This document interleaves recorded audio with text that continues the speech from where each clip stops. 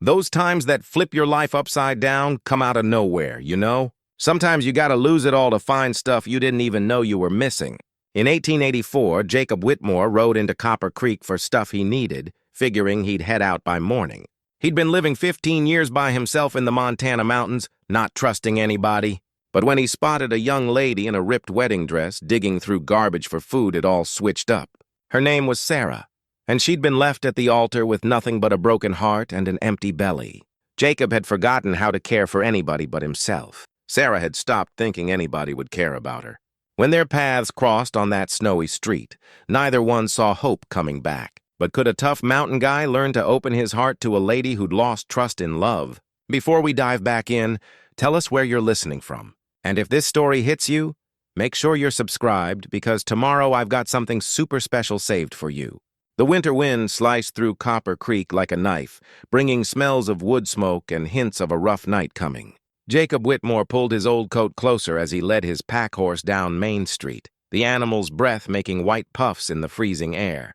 15 years had gone by since he'd called any spot home, and these trips to town for supplies were the only signs that a world beyond his mountain cabin was still there. His dad's leather journal, wrapped carefully in oiled cloth and stuck in his saddlebags, had everything he needed to stay alive. Weather patterns, animal habits, healing plants, and the tough wisdom of a guy who'd made a life out of wilderness. Jacob had learned every page by heart, but he still kept it like a lucky charm, the only link to the family he'd lost way back.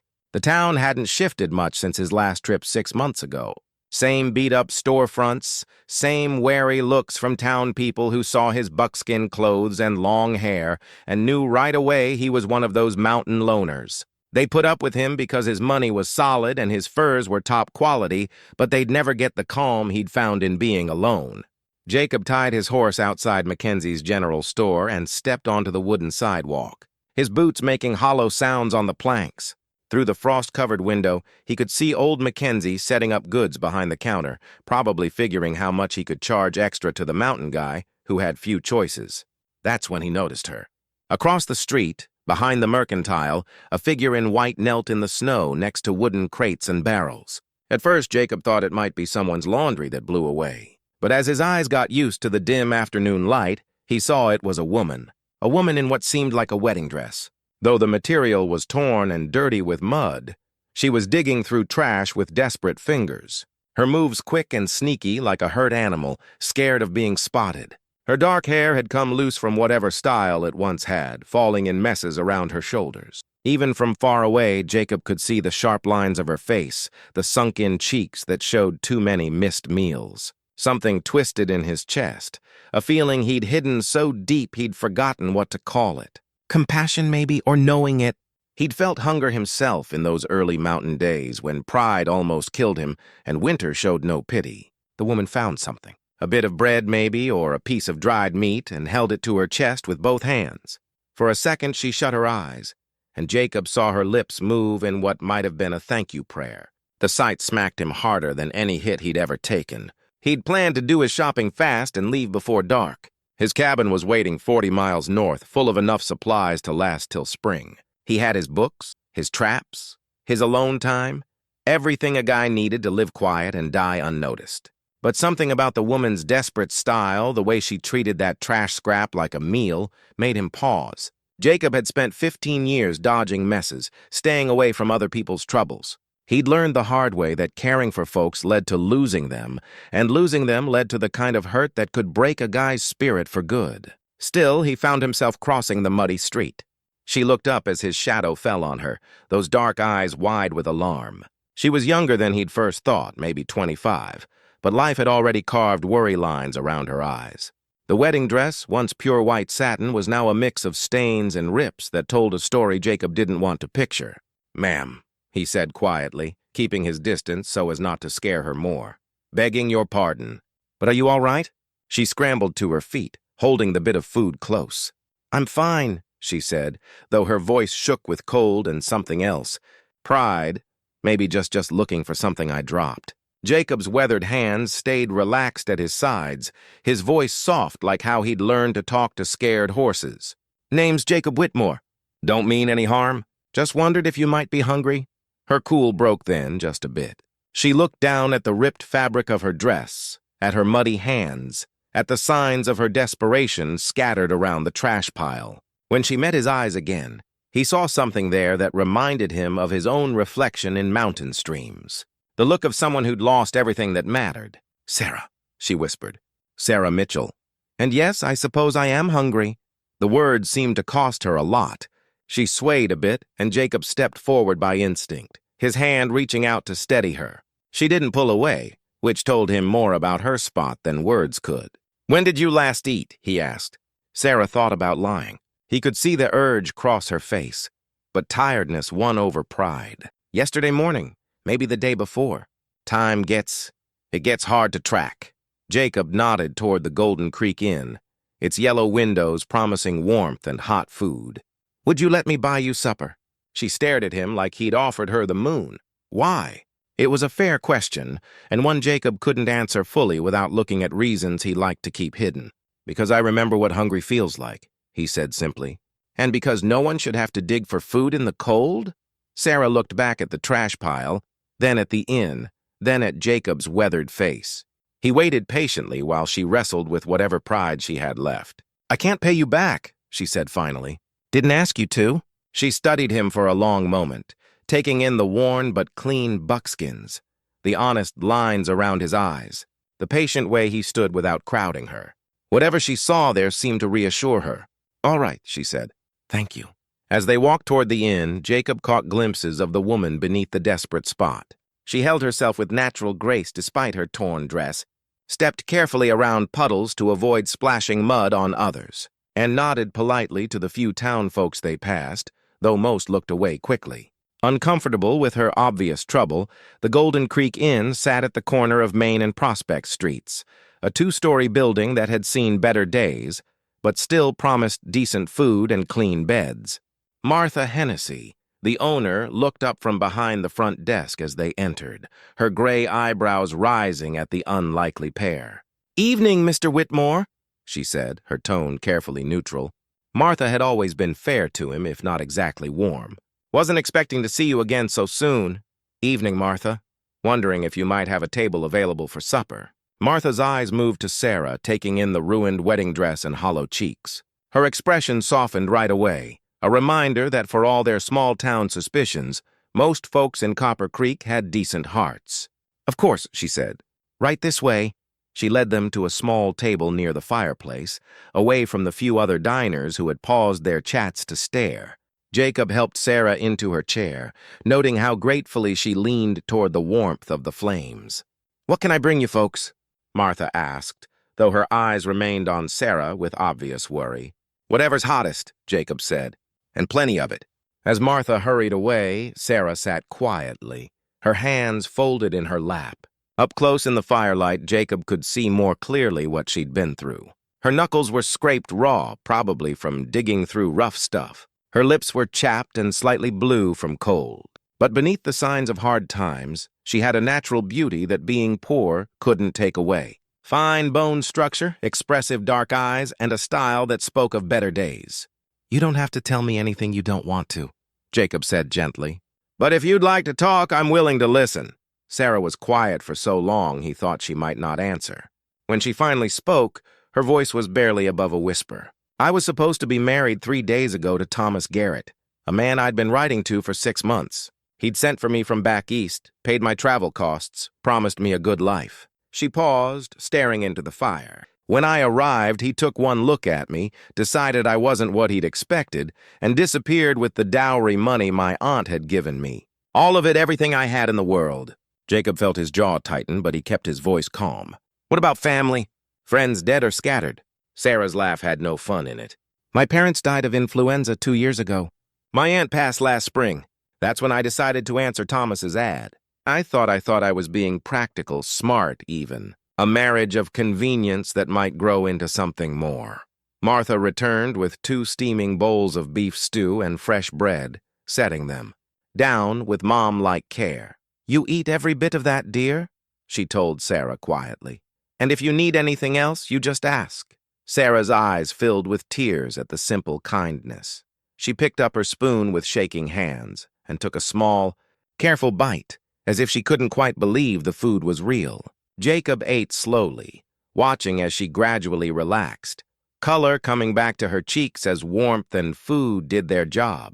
He found himself looking at the graceful way she held her spoon, the natural politeness in her posture, despite her spot. This was a woman who'd been raised well-educated, taught to act like a lady, even when the world had taken away everything that should have protected her.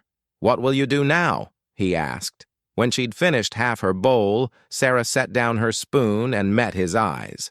"I don't know," she admitted. "I have no money for travel, no jobs in sight, no references for work. The sheriff said I could stay in town a few more days, but after that—" She shrugged helplessly. "Winter's no time to be wandering," Jacob said. "No," she agreed. "It's not." They finished their meal in comfy silence, the crackling fire making a peaceful background to their thoughts. Jacob found himself not wanting to leave, though he couldn't quite get why. Maybe it was just that he'd forgotten how nice it could be to share a meal with someone, to sit in warm company without needing constant talk. When Martha brought coffee, Sarah wrapped her hands around the cup like it was precious. "Mr. Whitmore," she said hesitantly, "why did you help me? You don't know anything about me. I could be anyone." Jacob thought about the question for real. "I suppose," he said slowly, "because everyone deserves kindness when they're down. And because—" He paused, surprised by his own truth. "Because I spent too many years mad at the world to ignore someone who needs help. You were angry for a long time?" "Yes. Lost some people I cared about. Decided it was easier to live alone than risk that kind of pain again." Sarah nodded as if she got it perfectly. And now Jacob looked into his coffee cup, seeing his own reflection in the dark surface. "Now I think maybe anger's just another kind of prison." Outside, the wind got stronger, rattling the windows and reminding them both that the world beyond the inn's warm walls was harsh and unforgiving. Jacob glanced toward the front desk where Martha was setting up keys and ledger books for the evening. "Martha," he called softly, "you got a room available for the lady?" "I do," Martha replied. "But I'm afraid I'll settle the bill," Jacob said quickly. "And meals for as long as she needs them?" Sarah's eyes widened. "Mr. Whitmore, I can't possibly accept such generosity. I have no way to repay you." "Then don't think of it as debt," Jacob said. "Think of it as one person helping another through a hard time. We all need that sometimes." Martha came to their table with a room key, her expression both happy and worried. "Room 7, upstairs at the end of the hall. It's got a good view of the mountains, and the fireplace draws well." Sarah took the key with shaking fingers. "Thank you," she whispered. "Both of you. I don't know what to say." "Nothing needs saying," Jacob replied, standing as she got up from her chair. "You get some rest. Tomorrow we can figure out what comes next." As Sarah climbed the narrow stairs to her room, Jacob stayed in the lobby, looking out at the snow that had started to fall harder. His pack horse waited patiently outside, loaded with supplies for the trip back to his cabin. He should leave now before the weather got worse. He had everything he'd come for. But as he listened to Sarah's footsteps overhead, heard the soft sound of her door closing, Jacob realized that for the first time in 15 years, he wasn't quite ready to go back to his lonely mountain home. Jacob woke before dawn in the small room he'd taken at the inn, his internal clock still set to mountain times. Through the thin walls, he could hear the building creaking in the cold, the far sound of Martha stoking the kitchen fire downstairs. He'd planned to be on the trail by first light, but something had changed in the few hours since he'd watched Sarah climb those stairs. He dressed quietly and went to the dining room, where Martha was already setting out plates for breakfast. The older woman looked up with a knowing look that made him a bit uncomfortable. "She's been awake for hours," Martha said without starting. "Heard her moving around up there before the sun came up. Poor thing's probably not used to sleeping in a real bed anymore." Jacob poured himself coffee from the pot Martha kept ready and sat at the same table where he'd shared supper with Sarah. Through the window, he could see his pack horse standing patiently in the stable yard, breath steaming in the morning air. The animal seemed to be waiting, just as Jacob was, though for what neither could say. Footsteps on the stairs told of Sarah's coming. She'd managed to clean up a lot. Her dark hair was neatly braided, and she'd brushed most of the mud from her. wedding dress, but the garment was still a sad sight, the torn fabric and stains telling their story of being left and desperation. She moved carefully, as if afraid to take up space around her. "Good morning," she said quietly, her voice with the careful politeness of someone who knew she was living on borrowed kindness. "Morning," Jacob replied, pointing to the chair across from him. "Martha's got biscuits and eggs coming." Sarah sat down, her hands folded in her lap. In the morning light, he could see she wore a simple gold band on her left hand, a wedding ring that had never been blessed by vows. The sight of it stirred something angry in Jacob's chest. "You still wearing that?" he asked, nodding toward the ring. Sarah's fingers moved by instinct to cover it. "I suppose I should take it off, but it was my mother's before I had it sized for the wedding. It's the only thing I have left of her." "Then you keep it," Jacob said firmly, "but maybe not on that finger." Understanding showed in her eyes, and she slipped the ring from her left hand to her right. Such a small move, but Jacob could see it meant something to her, a step away from being the left bride towards something new. Martha hurried over with plates of food, steam rising from scrambled eggs and fresh biscuits. "Eat up, both of you," she ordered in the tone of someone used to being listened to. "Storm's coming in, and it looks to be a hard one." Through the window, Jacob could see dark clouds gathering over the mountains, the kind of shape that meant bad weather. His experienced eye read the signs easy. They'd have snow by noon, heavy enough to make travel risky. "I should get on the trail," he said, though the words felt empty even as he said them. "In this weather." Martha shook her head. "Jacob Whitmore, I've known you for 5 years, and you're many things, but you're not foolish. You'll wait until this passes." Sarah looked between them, confusion clear on her face. "Is it really so dangerous?" "Mountain storms can turn deadly fast," Jacob explained. "Wind, snow, temperature drops that'll freeze a man solid in his saddle. I've seen it happen to folks who thought they knew better." The truth was, Jacob had gotten through worse storms than the one brewing outside. His cabin was well stocked, and he knew every trail between Copper Creek and home. But as he watched, Sarah carefully split her breakfast. Making the food last as long as possible, he found reasons to put off his leaving. "I'll stay another day," he decided out loud, surprising himself with the sureness in his voice. Relief flashed across Sarah's face so fast he almost missed it.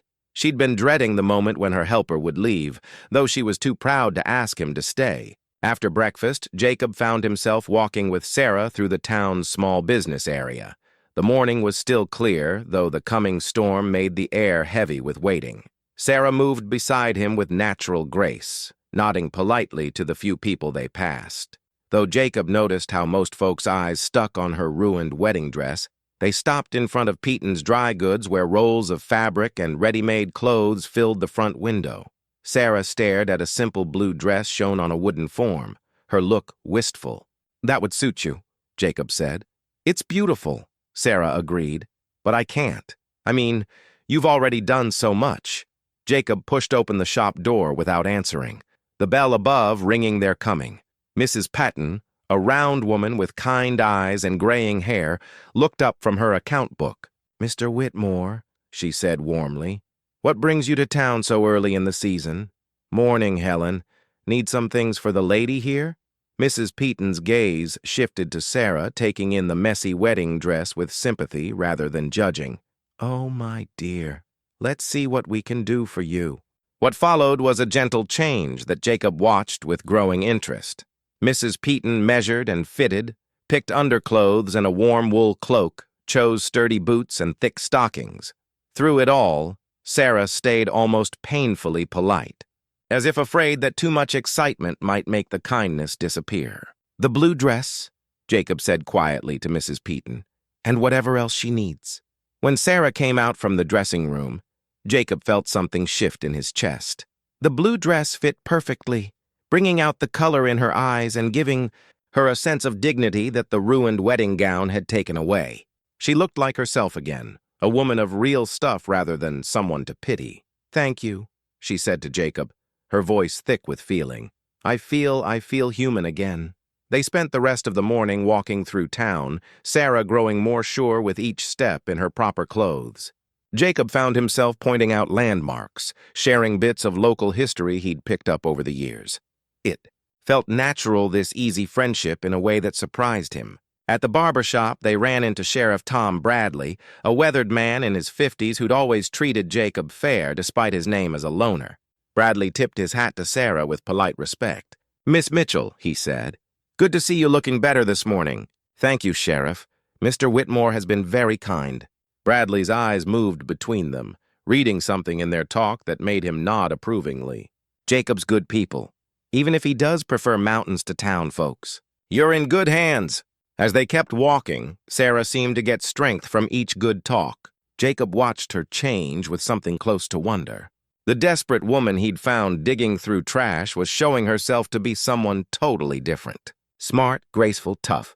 They were heading back to the inn when a fuss near the bank caught their eye. A well-dressed man in an expensive coat was arguing loud with someone Jacob couldn't see, his voice carrying the bossiness of someone used to getting his way. "I don't care what your excuses are," the man was saying. "I made you a fair offer, and I expect an answer." As they got closer, Jacob could see the man was talking to a young widow named Clara, whose husband had died in a mining accident the previous summer. Clara held her infant son close, her face pale with worry. "Mr. Wheeler," she was saying, "I've told you before. I'm not interested in marriage. I'm still mourning my husband, Marcus Wheeler." Jacob knew the name as one of the area's richer ranch owners, stepped closer to Clara in a way that made her back away. "Mourning won't put food on your table or keep that baby warm. You need a man's protection." Jacob felt his jaw tighten at Wheeler's tone, but before he could step in, Sarah moved forward. "Excuse me," she said politely but firmly. "Clara, is everything all right?" Wheeler turned, his eyes taking in Sarah's look with obvious interest. She was beautiful in her new blue dress, and Jacob could see the figuring in the rancher's gaze. "And who might you be?" Wheeler asked, his voice getting a different tone entirely. "Sarah Mitchell," she replied, moving to stand beside Clara in a show of support. "Clara, why don't you come have tea with me at the inn?" Clara looked thankful for the save, but Wheeler wasn't done. "Miss Mitchell," he said as if trying the name, "I don't believe we've met. Are you new to Copper Creek?" "Recently arrived," Sarah answered carefully. Wheeler's smile didn't reach his eyes. "Then perhaps you'd let me show you around town. A beautiful woman shouldn't be left to wander alone." Jacob stepped forward then, his presence making Wheeler take a half-step back. "The lady's with me," he said quietly. Wheeler's look hardened as he took in Jacob's buckskins and long hair. "Ah, the mountain man." "I should have known." His tone had clear scorn. "Miss Mitchell, surely you can do better than wilderness trash." The insult landed, but Jacob had heard worse from better men. It was Sarah's sharp breath that worried him. "Mr. Wheeler," she said, her voice carrying surprising strength, "I'll thank you not to speak of my friends in such terms, and Clara has made her feelings clear. Perhaps you should respect her wishes." Wheeler's face flushed with anger and shame. "You'll find this is a small town, Miss Mitchell. People who choose the wrong friends often find themselves unwelcome." With that, he stalked away, leaving the three of them standing in awkward silence. Clara clutched her baby closer, tears of shame in her eyes. "Thank you," she whispered to Sarah. "I didn't know how to get away from him." "Has he been bothering you long?" Sarah asked gently. "Since my husband died. He says he wants to help," but Clara shuddered. "There's something in his eyes that scares me." Jacob had heard enough about Wheeler over the years to know the man's name. Rich, powerful, and used to getting what he wanted no matter others' feelings. The kind of man who saw women as things to get. "If he bothers you again, you tell Sheriff Bradley," Jacob said. "Or send word to me at the inn." Clara nodded thankfully and hurried away with her child. Sarah watched her go, her look troubled. "What kind of man threatens a widow with a baby?" she asked. "The kind who thinks money gives him the right to anything he wants," Jacob replied grimly. They walked back to the inn in thoughtful silence. But Jacob could sense something had changed. Sarah's run-in with Wheeler had woken something in her. A protective feeling, maybe, or just seeing that she wasn't the only woman in tough spots that evening. As they shared another meal by the fireplace, Sarah seemed different, more settled, somehow, more here. "I've been thinking," she said as Martha cleared their plates, "about what I might do to support myself." Jacob waited for her to go on. "I could teach," she said. "Kids or maybe young ladies. I had a good education back east, and I've read a lot. The town might like a proper school." "That's a good idea," Jacob agreed. though something in him pulled back at the thought of her staying in Copper Creek for good, which was silly. He'd known her less than 24 hours. Of course I'd need to find somewhere to live, somewhere I could afford. She paused, looking into the fire. Martha mentioned, "There's a small cabin behind the church that's been empty since the last teacher moved on. It might suit my purposes." Jacob found himself picturing Sarah in her own small home, teaching the town's kids, making a life for herself in Copper Creek. It was a good plan, a smart plan. So why did the thought of leaving her here fill him with such worry? Outside, the first snowflakes started to fall, and Jacob realized that whatever was happening between him and Sarah Mitchell, it was far from over. The storm brewing beyond the windows was nothing compared to the one gathering in his own carefully ordered heart. The storm that had threatened all day finally hit with force, turning the world outside the Golden Creek Inn into a swirling white mess. Jacob stood at his window watching the snow pile against the building and figuring how many days they might be stuck in town. His pack horse was safely in the stable, but the trail to his mountain cabin had become impossible. Across the hall, he could hear Sarah moving about her room, the soft sounds of someone trying to keep busy in a small space. Earlier, she'd asked Martha if there was any mending work she could do to help earn her keep, and now the gentle rhythm of needle and thread gave a beat to the howling winds. Jacob had spent 15 years learning to read weather patterns, and this storm would last at least 3 days. The thought should have bugged him. He valued his routines, his alone time, his carefully kept isolation. Instead, he found himself oddly okay with the delay. A soft knock at his door broke his thoughts. "Mr. Whitmore?" Sarah's voice was barely heard over the storm. "I'm sorry to bother you, but Martha asked if you'd join us downstairs. She's worried about the travelers stuck by the weather." Downstairs, Jacob found the inn's common room had become a spot for half a dozen people caught by the sudden storm. A family of homesteaders huddled near the fireplace, their kids wide-eyed at the adventure of being snowed in. 2 traveling merchants played cards at a corner table. While an elderly preacher read quietly from a well-worn Bible, Sarah sat with the homesteader's wife, speaking in low, calming tones about something Jacob couldn't hear. But he could see the effect of her presence. The woman's stiff posture had relaxed, and she was nodding as Sarah spoke. Whatever comfort Sarah was giving, it was clearly welcome. Martha came to Jacob with a worried look. "I've got enough food for a few days, but if this keeps up much longer, we might have to start cutting portions. You know these mountains better than anyone. How long do you think this will last?" Jacob looked at how the snow was falling, the wind's way, the subtle signs that most folks missed. 3 days, maybe 4. It's moving fast, but it's got plenty of bite left. "Then we'll make do," Martha said with her usual grit. "At least we've got good company." Over the next few hours, Jacob found himself pulled into the life of the temporary group that had formed in the inn. Sarah seemed to have a natural gift for making people feel okay. She kept the homesteader kids busy with stories, helped the elderly preacher when his arthritis made turning pages hard, and even got the merchants to teach her their card game. "You're good with people," Jacob said when they found themselves alone by the fire later that evening. Sarah looked up from the socks she was fixing. "My mother always said that kindness costs nothing but means everything. I suppose I learned to pay attention to what others need. That's a rare quality. Is that why you left town life behind?" she asked gently. "Because you got tired of people not paying attention." The question caught Jacob off guard with its smartness. "Partly," he admitted. "Mostly, I just got tired of caring about people who didn't care back." Sarah set down her needle and thread, giving him her full attention. What happened? Jacob had never told anyone the whole story. Not Martha, not Sheriff Bradley, not the few other mountain guys he sometimes met. But something about Sarah's quiet way made him want to share the load he'd carried alone for so long. "Had a wife once," he said quietly, "and a daughter, little thing, barely walking. We had a farm down in Colorado near Denver. Not much, but it was ours." Sarah waited patiently as Jacob gathered his thoughts.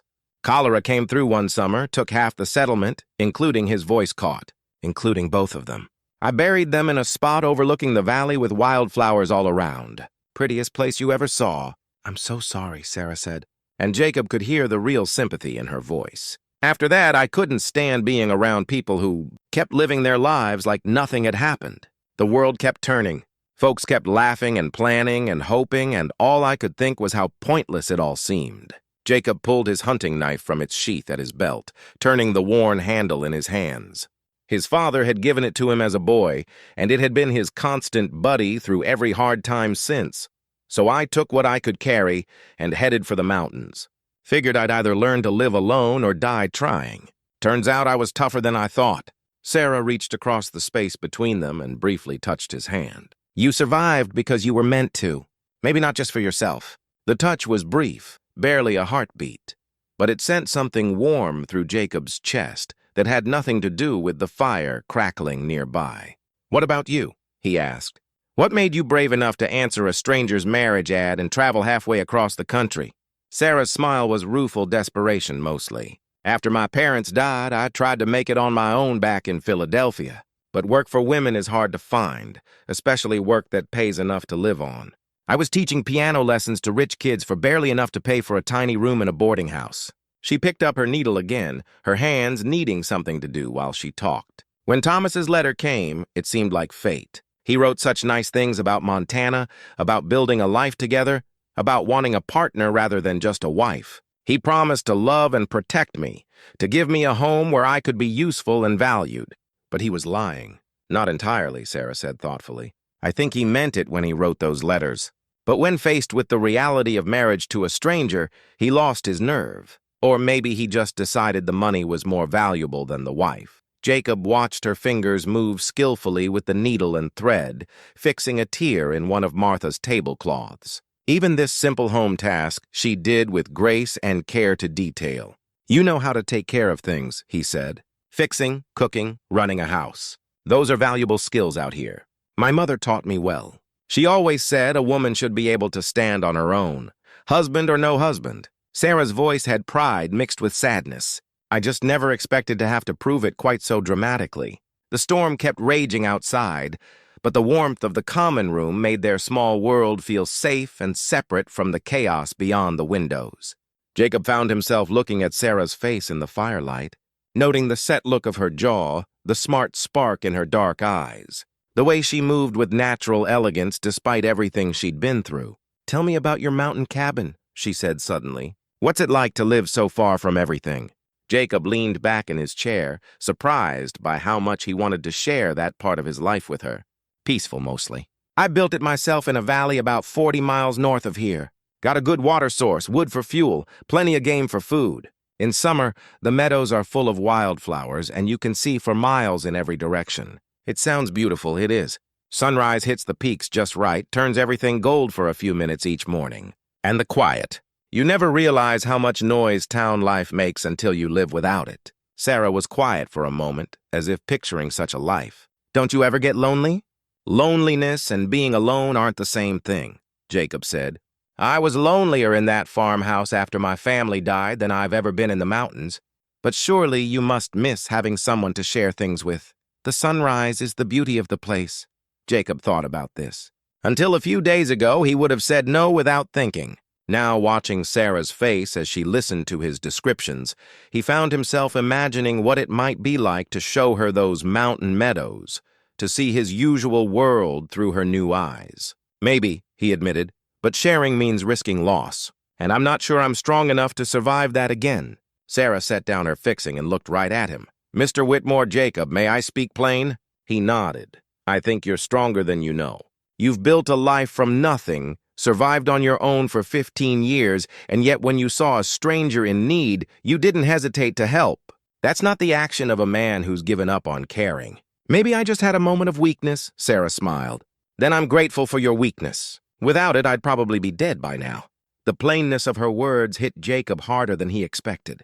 She was right. Another day without food, another night in the cold, and the woman sitting across from him might not have survived. The thought filled him with an anger so strong it surprised him. Men like that Thomas guy, he said grimly, they ought to be horsewhipped. Perhaps. But if he hadn't left me, I never would have met you. And despite everything, I'm starting to think that might be the luckiest thing that's ever happened to me. Their eyes met across the small space between their chairs, and Jacob felt something pass between them, an understanding maybe, or just the knowing of two souls who had found unexpected comfort in each other's company. The moment was broken by one of the homesteader kids, a little girl who came to Sarah shyly. Miss Sarah, she whispered. Mama says, could you tell us another story before bed? Sarah's face lit up with real pleasure. Of course, sweetie. What kind of story would you like? As Sarah gathered the kids around her chair and started telling a tale about brave pioneers and magical snowstorms, Jacob watched from his spot by the fire. She was a natural storyteller, changing her voice for different characters, making the kids gasp and giggle at the right spots. But what hit him most was the change in her own face as she spoke. Gone was the haunted look of desperate surviving, replaced by joy and purpose. This was who Sarah Mitchell really was, under the bad stuff that had brought her to Copper Creek. A woman who found meaning in caring for others, who had a natural gift for bringing comfort and happiness to those around her. For the first time in 15 years, Jacob found himself wondering what it might be like to build a life with someone again. The thought should have scared him. Instead, as he watched Sarah tuck the sleepy kids in beside their parents and wish everyone a peaceful night, all he felt was a deep sense of possibility opening up in his chest like spring water breaking through winter ice. The third morning of the storm came gray and still, the rage of the past days finally done. Jacob woke to the sound of snow sliding from the inn's roof and the far voices of kids playing in the drifts that had piled against the buildings. From his window, he could see the world changed into something clean and white, beautiful in its harsh, simple way. He dressed and went downstairs where he found Sarah already in the kitchen, helping Martha make breakfast for their big group of stuck travelers. She wore a simple apron over her blue dress and moved around the cramped space with easy skill, cracking eggs into a large bowl while Martha tended the stove.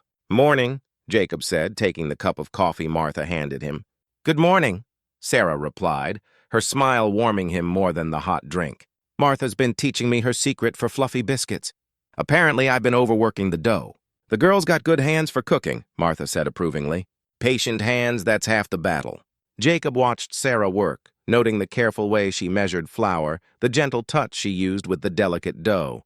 Everything she did had that same quality of thoughtful care he'd noticed when she was fixing clothes or telling stories to the kids. After breakfast, as the stuck travelers started to go outside to check the storm's aftermath, Jacob found Sarah standing in the inn's small parlor, staring out at the snow-covered town. She was holding something in her hands, a small locket that caught the morning light. "That's pretty," Jacob said, coming quietly so as not to startle her.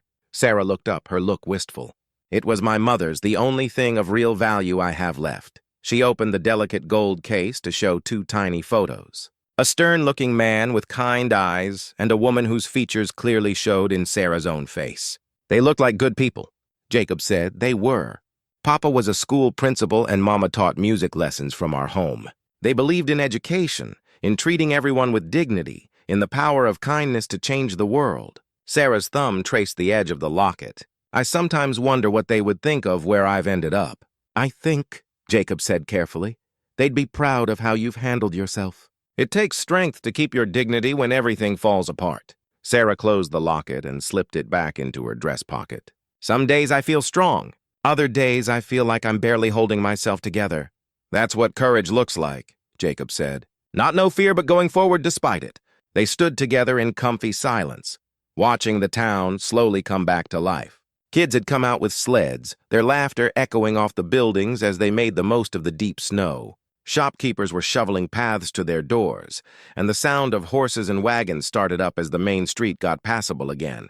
"The trail to your cabin will be clear soon," Sarah said, and Jacob heard something in her voice that might have been regret. "Probably by this afternoon," he agreed, though the idea of leaving now filled him with unexpected not wanting. "You must be eager to get back to your mountain, to your peaceful life." Jacob looked at her side, the way the morning light brought out the subtle gold in her dark hair.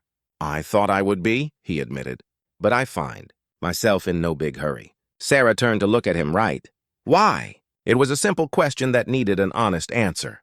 Jacob had been asking himself the same thing for 3 days, ever since he'd first decided to help a desperate woman digging for food in the snow, because he said slowly, "For the first time in 15 years, I'm not thinking about the past or worrying about the future. I'm just here present, and that's something I'd forgotten how to be." Understanding showed in Sarah's eyes.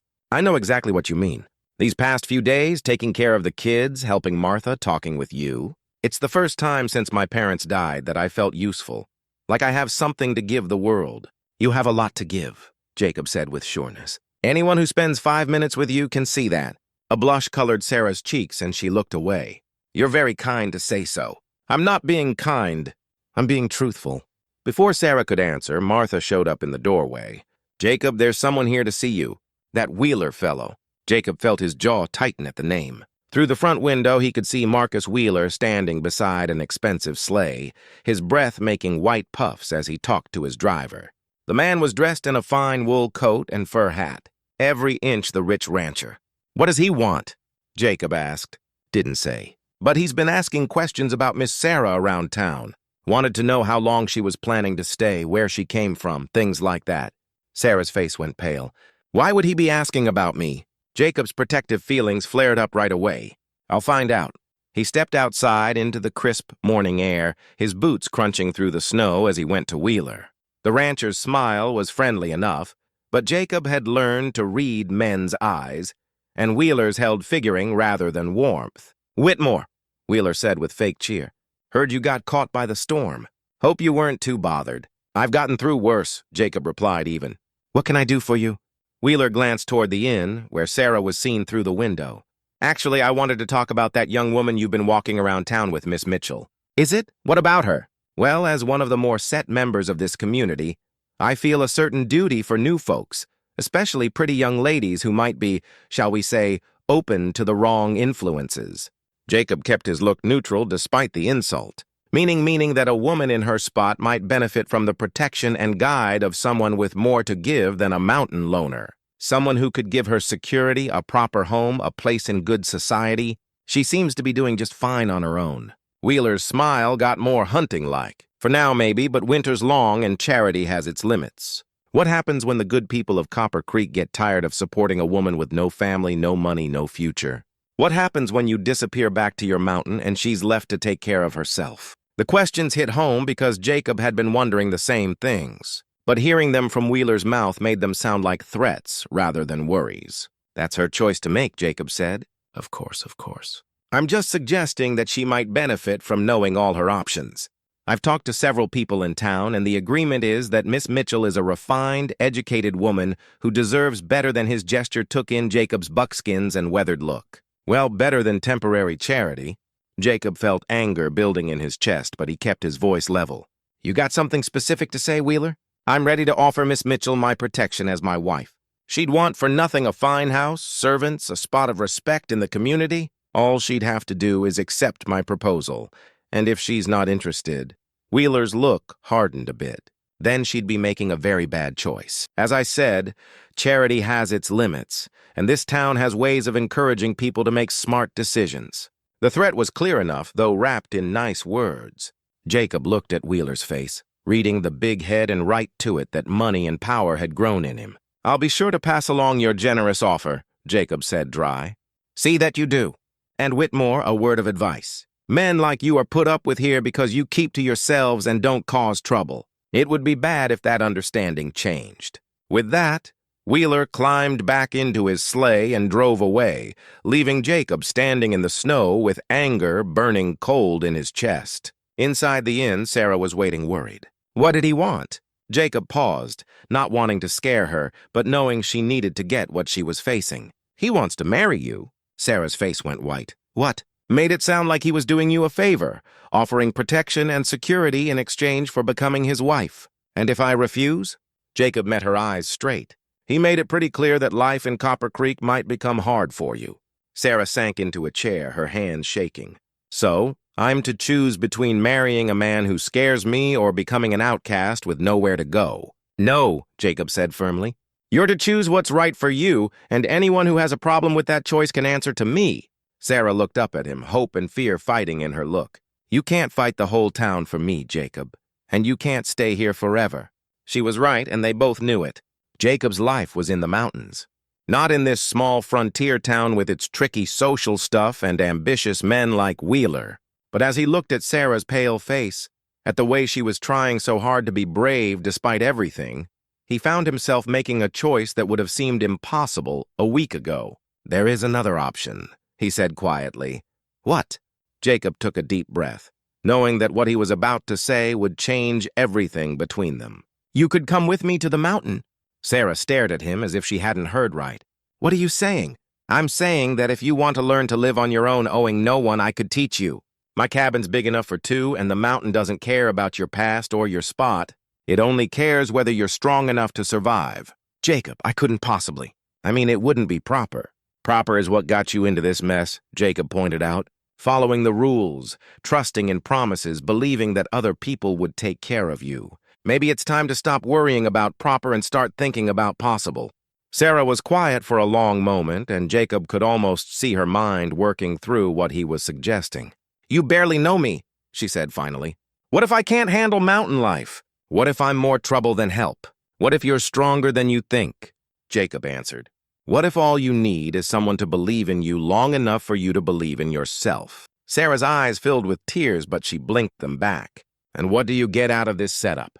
Jacob thought about the question for real. Company, purpose, a reason to care about something beyond just getting through another day. That's all.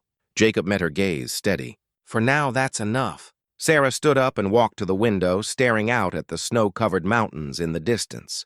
Jacob could see her weighing choices, figuring risks, trying to picture a future that was totally different from anything she'd ever known. If I said yes, she said slowly, what would that mean exactly? It would mean learning to hunt and fish, to save food for winter, to read weather signs and animal tracks. It would mean hard work, simple fun, and relying on yourself instead of others. And between us, what would the expectations be? Jacob liked her straightness. Whatever we both agreed to. I'm not Wheeler, Sarah. I don't believe in forcing my will on others, especially women who've already been hurt by men who thought they knew what was best. Sarah turned to face him. You'd really do this? Take on someone you've known less than a week. I'd offer you the chance to take on yourself. There's a difference. For a moment, Jacob thought she might really think about it. Then reality seemed to come back and she shook her head. It's an incredibly generous offer, Jacob, but I couldn't take it. It wouldn't be fair to you. Why not? Because you saved my life once already. I can't let you give up your peace and alone time to save it again. Jacob stepped closer, his voice gentle but firm. What if I told you that helping you hasn't felt like a give-up? What if I said that these past few days have been the most alive I've felt in 15 years? Sarah's breath caught. Jacob, I'm not asking you to marry me, Sarah. I'm not asking for promises or commitments or anything beyond a willingness to try something different. All I'm asking is that you think about the possibility that maybe we could help each other before Sarah could answer. Martha showed up in the doorway again, this time with Sheriff Bradley behind her. Sorry to interrupt, Bradley said, but I need to speak with Miss Mitchell. There's been some worrying talk around town. Jacob felt his stomach tighten. What kind of talk? The kind that suggests certain powerful people are questioning Miss Mitchell's character and her right to stay in Copper Creek. Bradley's look was sympathetic but serious. I'm not saying I agree with it, but I am saying that things might get uncomfortable for her if she stays. Sarah's face fell. So I'm to be driven out like some kind of criminal? Not if I can help it, Bradley said firmly. But I wanted you to know what you're facing. Jacob looked between Sarah and the sheriff, his choice coming clear. She won't be staying in Copper Creek. Both Sarah and Bradley looked at him in surprise. She'll be coming with me, Jacob went on. If she wants to. Sarah stared at him, and Jacob could see her, weighing her few choices. Stay and face Wheeler's pressure in the town's judgment, or take a leap of faith with a man who offered her something no one else had. The chance to set her own fate. I need time to think, she said finally. Of course, Jacob said, but not too much time. The trail conditions won't hold forever. As Sheriff Bradley left and Martha quietly left, Jacob and Sarah found themselves alone again. The weight of the choice hung between them, heavy with possibility and not sure. Tell me honestly, Sarah said quietly, if I come with you, what are the chances that I'll survive the winter? Jacob thought about the question for real. If you're willing to learn and work hard, good. Mountain life isn't easy, but it's not impossible. People have been doing it for generations, and the chances that we'll both regret this choice, I don't know, Jacob admitted. But I know I'll regret not asking, and I think you might regret not trying. Sarah nodded slowly. Then give me until tonight to decide. Fair enough. As Jacob left her to her thoughts and went to check on his horse and supplies, he found himself hoping for an answer he hadn't expected to want.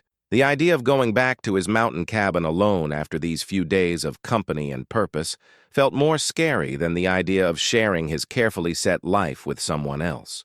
For the first time since he'd lost his family, Jacob Whitmore was letting himself hope for a future that had another person. It was scary and exciting and totally unlike anything he'd pictured when he'd ridden into Copper Creek looking for nothing more than winter supplies.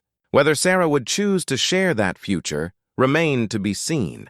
But either way, Jacob knew that something basic had shifted in him. He was no longer okay with just surviving. He wanted to live again. Sarah stood at her window that evening, watching shadows grow long across the snow-covered town as she wrestled with the biggest choice of her life. Below in the street, normal life had started again. People walking to evening services at the church, kids being called in for supper, the warm glow of lanterns starting to show in windows. It looked peaceful, civilized, safe, everything she thought she'd wanted when she'd answered Thomas Garrett's marriage ad. But she'd learned that safety could be a fake, and civilized could turn mean when powerful men decided a woman didn't fit. A soft knock at her door broke her thoughts. "Come in," she called, expecting Martha with evening tea. Instead, Jacob came in, carrying a leather folder she hadn't seen before. "Sorry to bother you, thought you might like to see something that could help with your choice." He handed her the folder, and Sarah opened it to find an official-looking paper with neat handwriting and an official seal. "What is this deed to my property?" Jacob said simply. 40 acres in Paradise Valley, including the cabin, outbuildings, and mineral rights. Bought it legal from the territorial government 10 years ago. Sarah looked at the paper, noting Jacob's full name written in formal script, Jacob Thomas Whitmore. Somehow, seeing his middle name, the same as her faithless fiancé, made him seem more real, more human. "Why are you showing me this?" "Because I want you to get that what I'm offering isn't some short setup. That land is my home, bought and paid for. If you come with me, you'd have legal protections, not just my word." Sarah looked up from the deed to look at Jacob's face. "Legal protections. I'd add your name to the deed as joint owner. That way, if something happened to me, you'd have clear ownership of the property. You'd never depend on anyone's charity again." The big give of the offer took Sarah's breath away. "Jacob, you can't possibly mean that. You barely know me." "I know enough," he said firmly. "I know you're kind to kids and respectful to your elders. I know you work hard and don't whine when life gets tough. I know you're brave enough to start over when everything falls apart. That's more than most people show about themselves in a lifetime." Sarah set the deed carefully on her small table and walked to the window again. In the distance, she could see the shape of mountains against the darkening sky. Jacob's mountains, wild and unforgiving, but somehow promising freedom. "What's it really like up there?" she asked. "Your daily life, I mean." Jacob joined her at the window, quiet with purpose. "I get up with the sun, check my snares and fishing lines, tend to whatever needs doing around the cabin. In winter, there's wood to cut and stack, tools to fix, books to read by the fire. In summer, there's a garden to tend, meat to smoke, berries to gather and save." "It sounds lonely." "It was until a few days ago I thought that was what I wanted." Sarah glanced at him sideways. "What changed?" Jacob was quiet for a moment, thinking his answer. "You did, watching you with the kids. The way you helped Martha. How you stood up to Wheeler when he was bothering Clara. It reminded me that there's more to living than just surviving." "But what if I let you down? What if I can't adapt to mountain life?" What if Jacob turned to face her full? "Sarah, what if the sun doesn't rise tomorrow? What if the mountains crumble into dust?" "You can't live your life on what-ifs." "Easy for you to say. You're not the one being asked to give up everything familiar, aren't I?" Jacob's voice was gentle but pointed. "I'm asking you to share the place that's been my safe spot for 15 years. I'm offering to teach you skills I've never taught anyone else. I'm putting my alone time, my peace, my carefully set life at risk because I believe you're worth it." Sarah felt tears prick her eyes at his words. "Why? Why me?" "Because when I look at you, I see possibility. I see strength that hasn't been tested yet, smartness that hasn't been valued, courage that's been beat down but not broken. You remind me of who I used to be before I gave up on hoping for anything better." Before Sarah could answer, voices from the street below got their attention. Through the window, they could see Marcus Wheeler talking lively with 2 other men outside the saloon. Even from this distance, his moves seemed aggressive, his tone carrying clear in the cold air. "Won't have some mountain savage messing up decent women in this town," Wheeler was saying. "There are standards to keep." One of his buddies, A man Sarah knew as the banker nodded agreement. Something should be done before this gets out of hand. Jacob's jaw tightened, but his voice stayed calm. Looks like Wheeler's getting support for his side. What does that mean for you, for us? It means the choice is getting made for us one way or another. Sarah watched Wheeler point toward the inn, clearly talking about her spot with more energy. The sight filled her with a familiar dread, the helpless feeling of being talked about, judged, having her fate decided by men who saw her as a problem to be fixed, rather than a person with her own say. "I won't be driven out like some kind of criminal," she said suddenly, surprising herself with the strength in her voice. Jacob looked at her with something that might have been pride. "No, you won't. And I won't marry Marcus Wheeler just to make things easy for everyone else." Good. Sarah took a deep breath, feeling something shift inside her, a resolve she hadn't known she had. "Then I guess I'm going to the mountains." Jacob went very still. "Are you sure?" "No," Sarah admitted. "I'm terrified. But I'm more terrified of staying here and becoming the kind of woman who lets other people decide her life for her. It won't be easy. Nothing worthwhile ever is." Jacob held out his hand to her, and Sarah took it without thinking. His grip was warm and steady, rough from years of hard work, but gentle in its strength. "Partners?" he asked. "Partners?" Sarah agreed. The next morning came clear and cold, perfect for mountain travel. Sarah packed her few things in a canvas bag Jacob had given, amazed at how little she really owned. The blue dress, some underclothes, her mother's locket, and the wedding ring she now wore on her right hand. Everything she had left of her old life fit easy in one small bag. Martha helped her get ready for the trip, giving warm wool stockings and a thick coat that had been her late husband's. "It'll be too big," Martha said, helping Sarah into the garment. "But it'll keep you warm. That's what matters." "Thank you for everything," Sarah said, hugging the older woman. "You saved my life as much as Jacob did." "Nonsense. You saved yourself by having the guts to take help when it was offered. That's harder than most people get." Downstairs, Jacob was loading supplies onto his pack horse, extra blankets, more food, and various items Sarah didn't know, but guessed were needed for mountain living. He moved with quick purpose, every move simple and practiced. Sheriff Bradley showed up as they were doing final prep. "Heard you two were heading out," he said. "Probably for the best given the mood in town." "Things that bad?" Jacob asked, getting there. "Wheeler's been talking to anyone who will listen about protecting the town's moral standards. Some folks are buying it." Sarah felt a flash of anger at the unfairness. "What about Clara? Is she safe?" Bradley nodded. "Clara's got family in Denver, leaving on this morning's stage with her baby. Wheeler's interest will have to find a new target." "Good for her," Sarah said with real relief. As they got ready to leave, a small crowd gathered to watch them go. Most faces were neutral, but Sarah could see disapproval in some looks, curiosity in others. A few people, including Martha and the homesteader family from the inn, gave real good wishes. Jacob helped Sarah get on the gentle mare he'd bought for her trip, his hands steady and reassuring as he checked the stirrups and reins. "Remember what I taught you yesterday," he said quietly. "Sit deep. Keep your hands soft. Let her do most of the work." "I remember." As they rode out of Copper Creek, Sarah turned for one last look at the town that had given her both save and judging. The mountains ahead looked huge and wild, but they also looked free. No Marcus Wheelers, no social rules, no one to judge her choices except herself. "Scared?" Jacob asked as they reached the edge of town. "Terrified," Sarah admitted, but also excited. "Is that strange?" "No," Jacob said with a smile. "That sounds about right." The trail to Jacob's mountain cabin wound up through pine forests and across frozen meadows, the silence broken only by the creak of leather and the soft sound of hooves in snow. Sarah found herself relaxing into the beat of travel, her starting nervousness giving way to wonder at the clean beauty around them. "It's magnificent," she breathed, looking up at peaks that seemed to touch the sky. "Wait until you see the valley," Jacob said. "It's something special." As they climbed higher, Jacob pointed out landmarks and shared knowledge that would be key for mountain surviving. How to read animal tracks in snow, which plants were edible, how to guess weather changes by watching cloud shapes. Sarah listened close, getting that her life might depend on remembering these lessons. "The key to mountain living," Jacob explained as they stopped to rest the horses, "is getting ready. You think ahead, plan for problems before they happen, and never take unneeded risks. The mountains don't forgive mistakes. Sounds like good advice for life in general, Sarah said. It is too bad it took me so long to learn it. By afternoon, they reached a ridge that overlooked Jacob's Valley. Sarah gasped at the sight.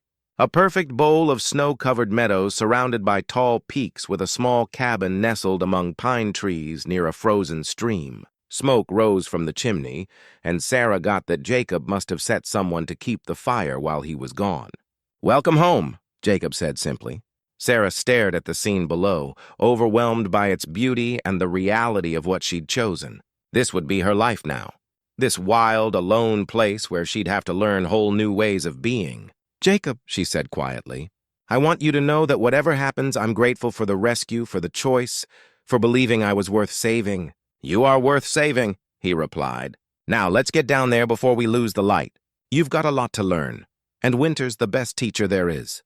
As they started going down into Paradise Valley, Sarah felt something she hadn't felt since her parents died. A sense of coming home to a place where she belonged. It might be scary and not sure, but it was hers to make what she could for the first time in months.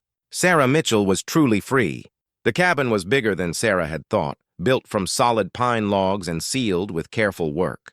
Inside, she found a single large room with a stone fireplace, a kitchen spot with a cast-iron stove and sleeping areas split by hanging blankets. Everything was practical but well-made, speaking of a man who took pride in his work. "It's wonderful," Sarah said, running her hand along the smooth surface of a handmade table. "You built all of this yourself. Took 3 summers to get it right," Jacob replied, stirring the fire back to life. "Had to haul most of the stuff up here by pack train. Worth every backache, though." Over the next few days, Sarah started to get the beat of mountain life. Jacob woke before dawn to check his trap lines and tend to the animals. 2 horses, a milk cow, and a small flock of chickens that somehow managed to do okay despite the harsh stuff. Sarah learned to milk the cow, gather eggs, and help with the endless job of keeping the fire going. "Fire is life up here," Jacob explained as he showed her how to bank the coals right. "Let it die and you might not live to regret it." Sarah proved to be a quick learner, going at each new skill with the same careful attention she'd once used for piano lessons and book studies. Jacob found himself impressed by her ability to adjust and her willingness to tackle jobs that would have scared many people. "You're a natural," he said one morning as she made cornbread for breakfast like a pro. "Most folks take months to get comfy with wood stove cooking." "I had a good teacher," Sarah replied. But Jacob could see the quiet pride in her win. In the evenings, they sat by the fire reading. Jacob had an impressive bunch of books for a mountain loner. Everything from how-to guides to poetry books. Sarah was happy to find books she hadn't seen in years, and their talks went from books to big ideas to the real stuff of frontier life. "I never thought to find Emerson in a mountain cabin." Sarah laughed one night, holding up a well-used copy of Self-Reliance. "Man's got to feed his mind as well as his body," Jacob replied. "Besides, Emerson got something about being independent that most folks miss. It's not about turning down everything. It's about choosing what's worth your time." As the days went by, Sarah started on a project that had been growing in her mind since their first night in the cabin, using fabric scraps she'd found in Jacob's supply chest and skills her mother had taught her. She was making a quilt, not the fancy kind rich ladies made for show, but a useful warm cover made for mountain winters. The work calmed her in ways she hadn't expected. Each carefully put stitch stood for steadiness, lasting, a future worth planning for. The pattern she'd picked was simple but nice, interlocking rings that seemed to grow forever across the fabric. "That's coming along nice," Jacob said one evening, watching her work by lamplight. "It's healing," Sarah admitted. "Something about the repeat, the way each piece connects to the next. It makes me feel like I'm building something that will last." Jacob nodded, getting it. "That's how I felt when I was building this cabin. Every log fitted into place, every joint made to hold against wind and weather, making something lasting in a world that changes so fast." Their talk was broken by an unusual sound from outside, the whinny of horses that didn't belong to them. Jacob went right to the window, his hand moving by instinct to the rifle hanging above the fireplace. "Someone's coming up the trail," he said quietly. 3 riders moving fast." Sarah set aside her quilting, worry knotting her stomach. "Who would be traveling in this weather?" "No one with good reasons," Jacob replied grimly. "Get your coat and boots on. If I tell you to run, head for the root cellar behind the cabin and stay hidden until I come for you." Sarah's hands shook as she pulled on her boots, but she forced herself to move calm. Through the window, she could see torches coming through the trees, their light dancing weird against the snow. Jacob opened the door before the riders could knock, his rifle held casual but ready. Sarah knew the lead rider right away. Marcus Wheeler, his face red with cold and something that might have been anger. "Wheeler," Jacob said even, "you're a long way from your ranch." Not far enough, apparently. Wheeler got off his horse, followed by two men Sarah didn't know. Hard-faced guys who had the look of hired help rather than good ranchers. "What brings you to my valley?" Wheeler stepped into the light from the cabin's windows, his expensive coat and boots making him look out of place in the wild setting. "I think you know why I'm here, Whitmore. I've come for Miss Mitchell. Have you?" Jacob's tone stayed chatty, but Sarah could see tension in his shoulders. "That's interesting, considering she's free to make her own choices. Not when those choices involve messing up the moral standards of decent communities." Wheeler's gaze moved past Jacob to where Sarah stood in the doorway. "Miss Mitchell, I'm ready to overlook this bad episode. If you'll come with me now, I have a preacher waiting in town, and we can be married before this scandal spreads any further." Sarah stepped forward, drawing strength from the solid presence of the cabin behind her and Jacob beside her. "Mr. Wheeler, I've already given you my answer. I'm not interested in your proposal." "You don't get the spot you're in," Wheeler said, his voice getting an edge of mad. "Living up here unmarried with a man of iffy name. It's not just improper, it's dangerous. People in Copper Creek are talking." "Let them talk," Sarah replied with more guts than she felt. Wheeler's look hardened. "I'm afraid it's gone beyond talk. The territorial marshal has been told about the situation. Questions are being raised about Whitmore's past, his right to be here, his plans toward good women." Jacob went very still. "What kind of questions?" "The kind that might need official looking into, unless, of course, Miss Mitchell takes herself out of this bad spot before things go too far." The threat hung in the cold air between them, and Sarah got that Wheeler had found a way to use the law as a weapon against them. In a territory where women had few rights and men like Wheeler had sway, claims alone could be bad. "You're threatening to have Jacob arrested on false charges," she said, her voice shaking with mad rather than fear. "I'm offering to stop a bad situation from getting worse," Wheeler fixed smoothly. "All it needs is your help." Sarah looked at Jacob, seeing the tension in his face as he figured their choices. She knew he was thinking about running. It would be easy enough to vanish into the mountains, start over somewhere else.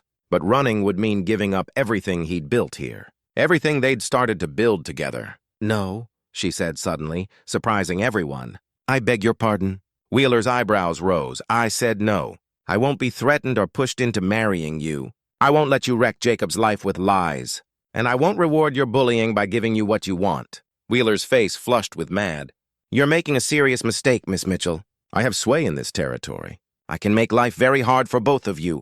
"Then I guess we'll have to be stronger than your sway," Sarah replied, moving to stand closer to Jacob. Jacob put a protective hand on her shoulder, his presence steady and calming. "You heard the lady, Wheeler. Time for you and your friends to leave." For a moment, Wheeler looked like he might argue more. Then his gaze moved to the rifle in Jacob's hands and the set look on Sarah's face, and he seemed to get that threats alone wouldn't get his goals. "This isn't over," he said, getting back on his horse. "You're making enemies you can't afford, both of you." As the riders went back down the mountain trail, Jacob and Sarah stood in the doorway, watching their torches fade into the dark. "Are you sure about this?" Jacob asked quietly. He wasn't bluffing about making trouble. "Life could get messy." Sarah turned to look at him, seeing the man who had rescued her not just from hunger, but from a life of depending and fear. In the lamplight, his weathered face showed worry for her good rather than his own, just as it had from the moment they met. "I'm sure," she said firmly. "Whatever comes, we'll face it together," Jacob nodded, his look turning into something like grit mixed with waiting. "Then we'd better get ready for whatever Wheeler has planned." "Because a man like that doesn't give up easy." As they locked up the cabin for the night, Sarah found herself thinking about the quilt she'd been working on. Those interlocking rings that got stronger when joined. Maybe that was what she and Jacob were building here in this mountain valley. Not just surviving alone, but something bigger and tougher than either of them could make by themselves. Outside, the wind got stronger, whistling through the pines with a sound like far voices. But inside the cabin, warmed by fire and held by a connection neither of them had expected to find, Sarah felt safer than she had in years. Whatever Marcus Wheeler brought against them, they would meet it as partners. And that, she was starting to get made all the difference in the world. 3 days after Wheeler's visit, Sarah was hanging laundry on the line behind the cabin when she heard horses coming again. This time, however, the riders called out before showing up. "Hello, the cabin. Sheriff Bradley coming up." Jacob came out from the woodshed, his look careful but not mad. Sheriff Bradley rode up the trail alone, but his way stood suggested official stuff rather than a friendly stop. "Tom," Jacob greeted him. "What brings you all the way up here?" Bradley got off, his face serious. "I wish it was a friendly visit, Jacob, but I'm afraid it's not." He reached into his coat and pulled out a folded paper. "Got a warrant here I need to serve?" Sarah felt her heart sink as she went to the two men. "A warrant for what?" "For Jacob's arrest," Bradley said, not wanting to. "Charges of kidnapping and messing up the morals of a minor." "That's silly." Sarah blew up. "I'm 25 years old and I came here of my own free will." Bradley held up a hand. "Miss Mitchell, I know how this looks, and I'm not saying I believe the charges, but they've been filed proper, and I have to follow the law." Jacob's face had gone carefully blank, the look of a man who'd faced trouble before. "Who filed them?" "Marcus Wheeler claims you took Miss Mitchell against her will and are holding her here for bad reasons." Sarah felt rage building in her chest. "Sheriff Bradley, you know that's not true. You were there when we decided to leave Copper Creek together." "I know what I saw." Bradley agreed. "But Wheeler's got witnesses who say different. Claims you were pushed, threatened into leaving with Jacob." "What witnesses?" Jacob demanded. Bradley looked at the warrant. "Mrs. Elizabeth Hartwell and her daughter Agnes. They claimed they overheard Jacob threatening you at the inn." Sarah frowned, trying to remember. Then she got it. "The Hartwells. They were staying at the inn during the storm. I barely spoke to them. They say they heard Jacob tell you that you'd regret not taking his protection, that terrible things would happen to women alone in frontier towns." Sarah stared at Bradley and not believing. "He did say something like that, but it wasn't a threat. He was warning me about Wheeler. He was trying to help me get my options." "I believe you," Bradley said gently. "But the territorial judge doesn't know you like I do, and Wheeler's got sway." Jacob was looking at the warrant with the focused attention of someone reading his own bad end. "What else does it say?" "There's more." Bradley admitted not wanting to. "Wheeler's been doing some looking into your background. Claims you're not who you say you are." Sarah looked between the two men, sensing stuff underneath she didn't get. "What does that mean?" Bradley met Jacob's eyes straight. "Means someone's been talking to folks down in Colorado about a man named Jake Thornton who robbed a bank in Denver 15 years ago." The world seemed to tilt around Sarah.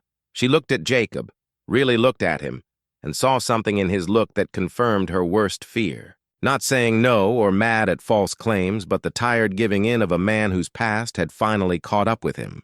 "Jacob," she whispered. Jacob was quiet for a long moment, then slowly nodded. "Jake Thornton was the name I used back then. Before I became Jacob Whitmore, before I learned better." Sarah felt as if the ground was shifting under her feet. Everything she thought she knew about Jacob, about their deal, about her own judging, suddenly seemed iffy. "You robbed a bank?" she asked, her voice barely heard. "Tried to make a mess of it, truth be told. Got away with about $50 and a guilty feeling that's haunted me for 15 years. Bradley stepped closer, his hand going to his gun belt. "Jacob, you know I have to take you in." "I know," Jacob said quietly. Then to Sarah, "There's more you should know. The reason I went up to the mountains wasn't just grief over losing my family. I was running from what I'd done, from who I'd been." Sarah stared at him, trying to match the gentle, honorable man she'd come to care for with the picture of a bank robber running from law. "Why?" she asked. "Why did you do it?" Jacob's look was filled with pain and old regret. "After my wife and daughter died, I lost everything. The farm, the animals, everything we'd built together. Creditors took it all to pay debts I couldn't handle alone. I was mad, desperate, half crazy with grief. Thought I deserved to take back what life had stolen from me. But you didn't go through with it." "Oh, I went through with it," Jacob said, bitter. "Walked into that bank with a gun and a heart full of rage. Demanded money that wasn't mine. But when I saw the teller, a young woman about my wife's age, scared half to death, I got what I'd become, what I was doing to someone else's life." Sarah's mind spun as she tried to handle this news. The man who had saved her, protected her, offered her a home and deal, was a wanted bad guy. Everything between them had been built on a lie. "So you ran?"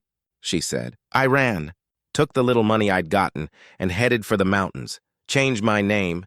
Tried to become someone better than the man who'd robbed that bank. And did you? Sarah asked, though she wasn't sure she wanted to know the answer. Become someone better? Jacob met her eyes straight. I thought so until a few minutes ago. I believed I had. Sheriff Bradley stepped forward with handcuffs, his look sympathetic but set. Jacob, I'm sorry about this. You know I've got to take you back. I know. Tom, just give me a minute with Sarah. Bradley nodded and moved a bit away. Though he kept his hand near his gun, Jacob turned to Sarah, and she could see the pain in his eyes. I should have told you from the start. About my past, about who I really was. You deserve to know what you were getting into. Sarah felt tears coming, but she forced them back. Why didn't you? Because I was a coward.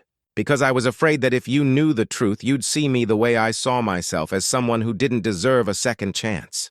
And now Jacob's smile was heartbreaking in its sadness. Now I get I was right to be afraid. You trusted me, Sarah. You put your life in my hands, and I betrayed that trust by not being honest about who I was. Sarah looked around at the cabin, at the life they'd been building together, at the future that seemed to be falling apart. What happens now? Now I go back to face what I should have faced 15 years ago. You, Jacob's voice caught, you deserve better than being tied to a wanted bad guy. Wheeler's offer still stands, and there might be others. Good men who can give you the life you deserve. Don't, Sarah said sharp. Don't you dare tell me what I deserve or what choices I should make. I've had enough of men doing that to last a lifetime.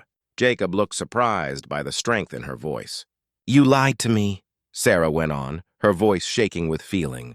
About something basic, something that could affect both our lives. That was wrong, and I'm mad about it. But I'm madder about something else. What? I'm mad that you think so little of me, of what we've built here, that you'd think I'd leave you the moment things got hard. Jacob stared at her. Sarah, you don't get it. I'm a bad guy, a wanted man. Being with me could wreck your name, your future. My name was already wrecked the moment I was left at the altar. Sarah cut in. My future was gone when I was digging through garbage for food. You gave me both of those things back, Jacob, not Jake Thornton. Not the man who robbed a bank 15 years ago, but the man who saw a stranger in need and chose to help. Sheriff Bradley cleared his throat. Folks, I hate to break in, but we need to get moving. It's a long ride back to town. Sarah turned to the sheriff with desperate grit. How long will he have before trial? Depends on when the territorial judge makes his round. Could be weeks, could be months, and if he's found guilty, Bradley's look was grim. Bank robbery is a big charge, even a try. He'd be looking at years in territorial prison, maybe worse. Sarah felt her world narrowing to a single point of clear. Everything else, her fears, her doubts, her mad about Jacob's lie, became second to one big truth. She couldn't lose him. Now, Sheriff, she said firm, I want to speak on Jacob's side as a character witness. Sarah, no, Jacob said against it. You'd be linking yourself public with a bad case. It could ruin any chance you have of building a good life. Sarah walked over to the wanted poster Bradley had pulled from his pocket, looking at the faded drawing that looked little like the man Jacob had become. The face in the sketch was younger, harder, marked by desperation and grief. The man standing before her now had lines of kindness around his eyes, hands that had learned gentleness, a heart that had found caring again. This Jake Thornton, she said, holding up the poster. He's not the man I know. The man I know builds cabins for the future rather than stealing from the past. He saves left women instead of scaring bank tellers. He offers deal instead of demanding under. She turned to face Jacob straight.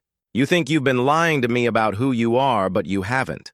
You've been showing me every day through your actions, your kindness, your honesty. That's who you really are now, whatever you might have been 15 years ago. Jacob's eyes filled with something that might have been hope. Sarah, I'm not done, she said, her voice getting stronger. You asked me to trust you with my life, and I did. Now I'm asking you to trust me with yours. Don't give up on us, on what we've built, on what we could still build together. Sheriff Bradley stepped forward, clearly touched by Sarah's words but tied by duty. This is all very touching, but I still have to take him in. The law's the law. I get, Sarah said. But Sheriff, I want you to know that I'll be coming to town for the trial, and I'll be telling everyone who will listen about the man Jacob Whitmore has become, not the desperate boy Jake Thornton used to be. Jacob looked at her with wonder and thanks. You do that even knowing what I've done? Sarah moved to stand beside him, close enough to take his hand, especially knowing what you've done, because it makes what you've become that much more amazing. As Sheriff Bradley got ready to put Jacob under arrest, Sarah remembered something that made her heart race with possibility. "Wait," she said suddenly. "Sheriff, you said Wheeler had witnesses claim Jacob threatened me. But what if I could prove those witnesses were lying? What if I could show that Wheeler has been threatening and pushing people himself?" Bradley paused, handcuffs half raised. "What do you mean?" Sarah's mind was working fast, putting together bits of info she'd gathered over the past weeks. Clara, the widow Wheeler, was harassing. She's not the only one, is she? I'll bet if you asked around, you'd find other women he's pushed, other people he's threatened to get what he wants. Maybe, Bradley said slow. But that doesn't change the charges against Jacob, but it might change how believable Wheeler's witnesses seem, Sarah pointed out. If I can show that Wheeler has a pattern of threatening people to get what he wants, then his sudden worry for my good starts to look less good and more for himself. Jacob squeezed her hand. "Sarah, you're talking about taking on a powerful man with big friends. It could be dangerous, more dangerous than losing you," she asked simply. Bradley was watching their talk with growing interest. "Miss Mitchell, if you really believe you can prove Wheeler's been scaring witnesses, I'd be bound to look into it. But it would have to be solid proof, not just claims." Sarah nodded set. "Give me time to gather that proof. Don't take Jacob to trial until I've had a chance to build a case. I can't just ignore a proper filed warrant, but you could hold him in the local jail while you look into the details of the charges," Sarah suggested. "That's fair, isn't it?" Bradley thought this, clearly torn between duty and fair. Finally, he nodded. "I suppose I could make a case for a few weeks for looking into, especially if new proof comes to light about the one who filed's trustworthiness." Jacob looked between Sarah and the sheriff, hope and fear fighting in his look. "You really think this could work?" Sarah met his gaze steady. "I think we owe it to ourselves to try. And I think Marcus Wheeler is about to find that some women fight back harder when they're backed in." As Bradley got ready to take Jacob down the mountain, Sarah made one more choice that surprised everyone, including herself, Sheriff. She said, "I'm coming with you. I can't build a defense from up here, and Jacob shouldn't face this alone." "Sarah," Jacob said against it. "You don't have to." "Yes, I do," she said firm. "We're partners, remember? That means we face the hard times together, not just the easy ones." As they got ready to leave the cabin that had become their safe spot, Sarah took one last look around at the life they'd started to build together. The quilt she'd been working on lay half done on the table, its interlocking rings waiting for finish. She folded it carefully and tucked it into her bag. Whatever happened in the weeks to come, she would finish that quilt. And when she did, it would be a symbol not just of their deal, but of their grit, to weave something beautiful and lasting from the broken pieces of their pasts. The truth about Jacob's history had changed everything and nothing. The man she'd fallen in love with was still the same man, no matter the name he'd once used or the desperate act he'd done in his darkest time. And if Marcus Wheeler thought he could use the past to wreck their future, he was about to learn just how wrong he could be. Sarah Mitchell had been left once before and had survived. This time she wouldn't just survive, she would fight, and she would win. The jail in Copper Creek was a simple setup. 2 cells in the back of Sheriff Bradley's office, split by thick iron bars from a front room that served as both court and office center. Jacob sat on the narrow bed. His father's rifle leaned against the wall nearby where Bradley had put it, not as proof, but as a gesture of respect between men who got each other. Sarah had taken a room at the Golden Creek Inn again, but she spent most of her time in the jail working on what she called her case for the defense. The small table in Bradley's office was covered with papers, notes, and a growing bunch of stories from people who had run into Marcus Wheeler's special way of pushing. "Tell me again about the Henderson farm," Sarah said, looking up from her careful writing. Mrs. Ruth Henderson, a beat-up woman in her 60s, shifted not comfy in her chair. "Like I said, after my husband died, Wheeler started coming around. Said I couldn't handle the place on my own, that I needed a man's protection. When I told him I wasn't interested in marrying again, he got pushy." "How pushy?" Mrs. Henderson glanced toward the cells where Jacob was listening quiet. "Said accidents happen to women living alone, that my cattle might wander onto his land and get shot as strays. Said the bank might have questions about my husband's loans still out." Sarah's pen moved fast across the paper. "And did these things happen? Lost 6 cows to straying last fall. Bank called in a loan that had been okay for 5 years. My well went dry overnight. Turned out someone had moved the stream that fed it upstream. Sarah looked up sharp. Someone moved your water. Couldn't prove it was Wheeler, but it happened right after I told him final that I wouldn't marry him. Funny timing. From his cell, Jacob spoke quiet. Water rights are big deal in this territory. Messing with someone's water source is a federal crime. Sarah made another note, her grit growing stronger with each story she got. Over the past 2 weeks, she'd talked with 5 women who had like tales. Widows and single women who had faced Wheeler's protection and had mysterious troubles when they said no to his moves. Mrs. Henderson, Sarah said gentle, would you be willing to tell these facts in court? The older woman's face went pale. I don't know. Miss Wheeler's got a lot of sway, speaking against him in public. It could make things worse for me. Sarah got the fear, but she pushed on. What if I told you there were other women with like stories? What if you weren't alone in speaking out? Hope showed in Mrs. Henderson's eyes. Others would tell, too. If we stand together, it's harder for any one person to be picked out for payback. After Mrs. Henderson left, Sheriff Bradley poured coffee for Sarah and Jacob, his look thoughtful. You're building a strong case about Wheeler's character, but I'm not sure how it helps with the charges against Jacob. Sarah looked up from her notes. It goes to trustworthiness. If I can show that Wheeler has a pattern of using threats and scaring to get what he wants, then his sudden worry for my good looks less like moral mad and more like another push tactic. The judge might see it that way, Bradley agreed, careful. But he might also say Wheeler's past actions don't change the facts about Jacob's name. Jacob had been quiet through most of these planning times. But now he spoke up. Sarah, you've done more than anyone could ask. But Tom's right. Even if you make Wheeler look bad completely, I'm still Jake Thornton. I still robbed that bank. Sarah set down her pen and walked to the cell, wrapping her fingers around the bars. Yes, you did. 15 years ago, in a moment of desperation and grief. But the man who did that crime and the man you've become since, they're not the same person. The law might not see it that way. Then we'll help the law see, Sarah said firm. Jacob, do you remember what you told me about mountain surviving? But thinking ahead, planning for problems before they happen. Of course. Well, I've been thinking ahead. And I got that Wheeler made a mistake. When he dug into your past, both Jacob and Bradley looked at her with interest. He found Jake Thornton, the bank robber, Sarah went on, but he didn't find the whole story. He didn't find out what happened after the robbery, who you became, what you did with your life. Jacob frowned. What do you mean? Sarah pulled a stack of letters from her bag.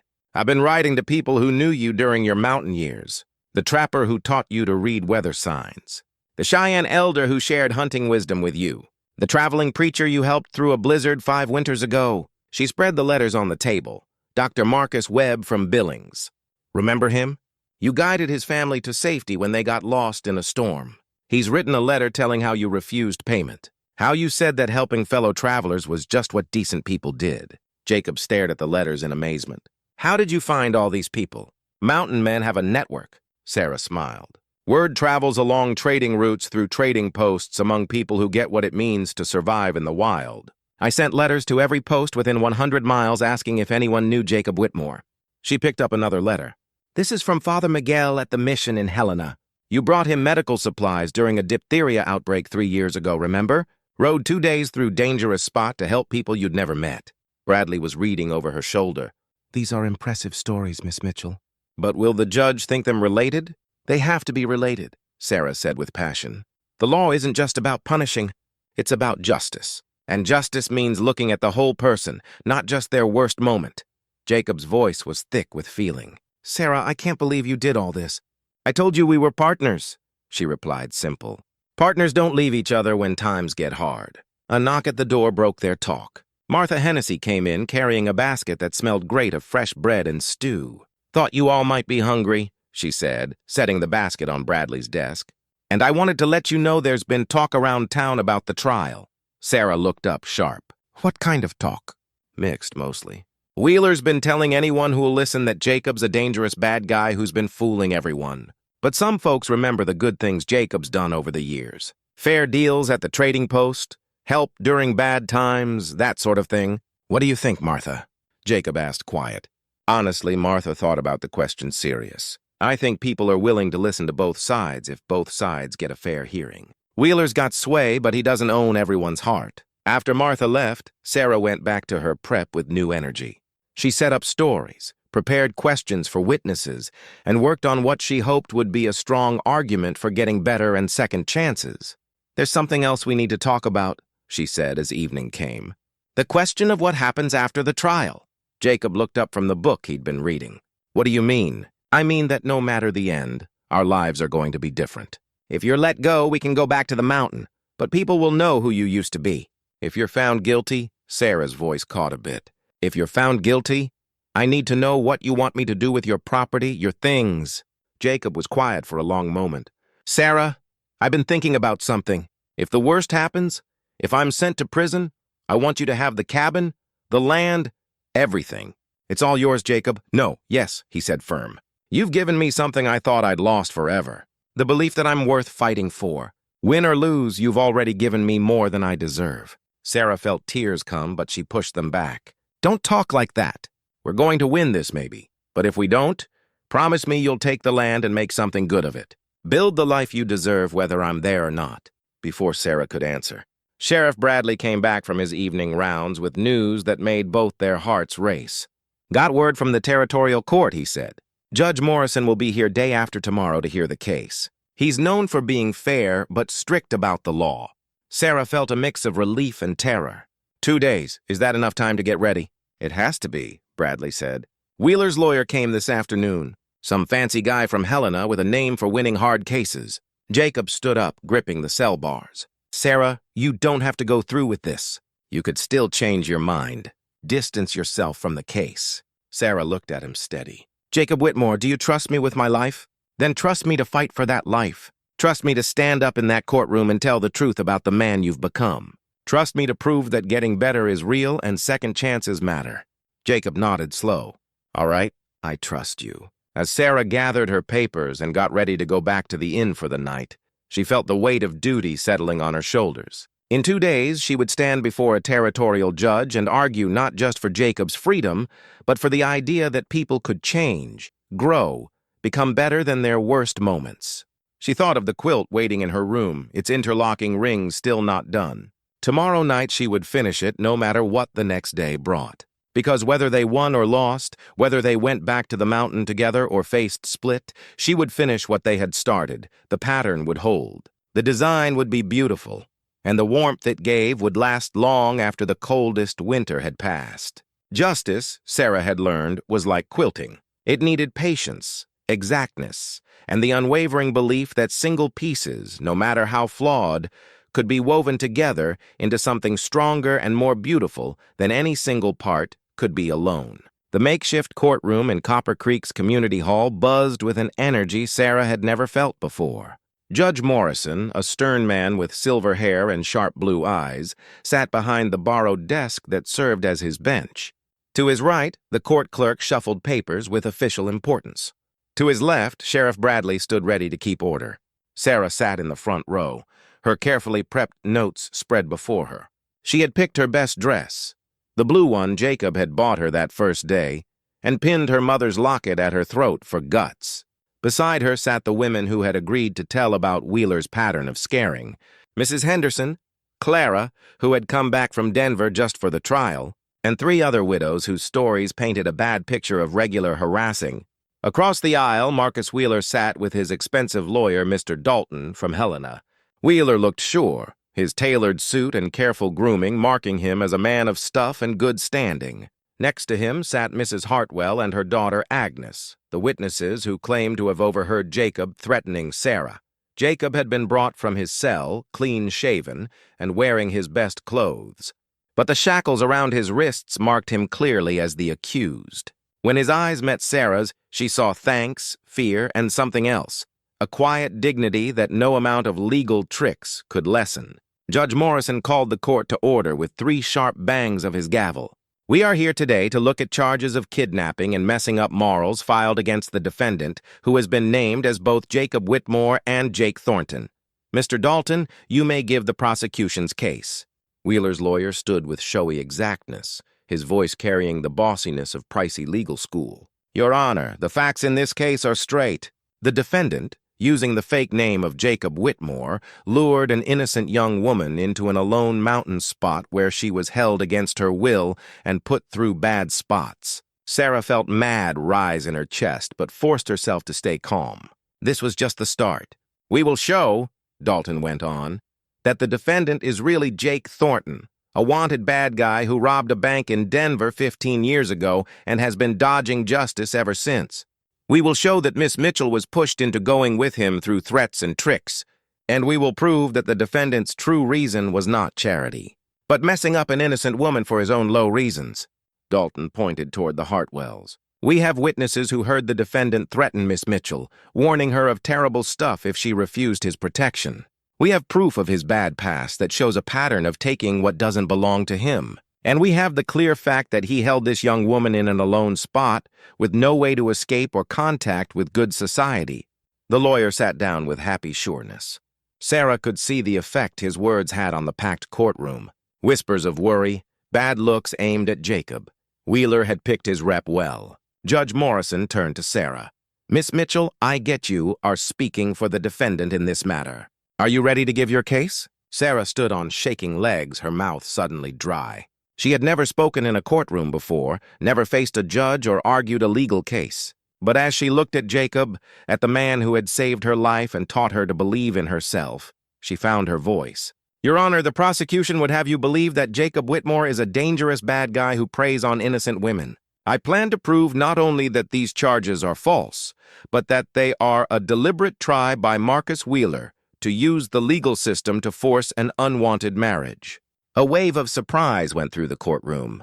Wheeler's face went red, but his lawyer stayed blank. "I will show," Sarah went on, getting surer, "that Mr. Wheeler has a recorded pattern of threatening and scaring single women in this community. I will show that the witnesses against Jacob have been pushed or misled. And I will prove that Jacob Whitmore, whatever his past may have been, has spent the last 15 years living as an honorable man who has helped lots of people and hurt no one." Sarah sat down, her heart pounding. Judge Morrison looked at her with interest. Clearly, he hadn't expected such a straight challenge to the prosecution's case. "Mr. Dalton, call your first witness." Mrs. Elizabeth Hartwell took the witness chair with clear nervousness. She was a thin woman in her 40s, dressed in strict black clothes that made her tight features stand out. "Mrs. Hartwell," Dalton started smooth, "please tell the court what you saw at the Golden Creek Inn." "Well, I was staying there during the bad storm, and I couldn't help but overhear a talk between that man," she pointed at Jacob, "and Miss Mitchell."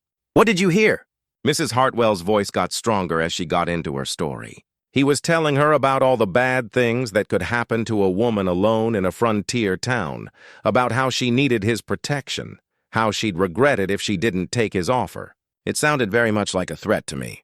"And how did Miss Mitchell answer?" "She seemed scared, overwhelmed, like she didn't have any choice but to go with him." Dalton nodded. "Good. Thank you, Mrs. Hartwell." Judge Morrison looked at Sarah. "Your witness, Miss Mitchell." Sarah stood, her hands steady now. She had spent hours getting ready for this moment. "Mrs. Hartwell, you said you overheard this talk. Where exactly were you when it happened?" "In the common room of the inn." "And where were Jacob and I?" Mrs. Hartwell hesitated. "Well, you were by the fire, I think." "And where were you?" "In the hallway, I believe." "So you were listening from the hallway?" "I wouldn't call it listening. I was just going by." Sarah switched. "Mrs. Hartwell, have you ever had any business deals with Marcus Wheeler?" Dalton jumped to his feet.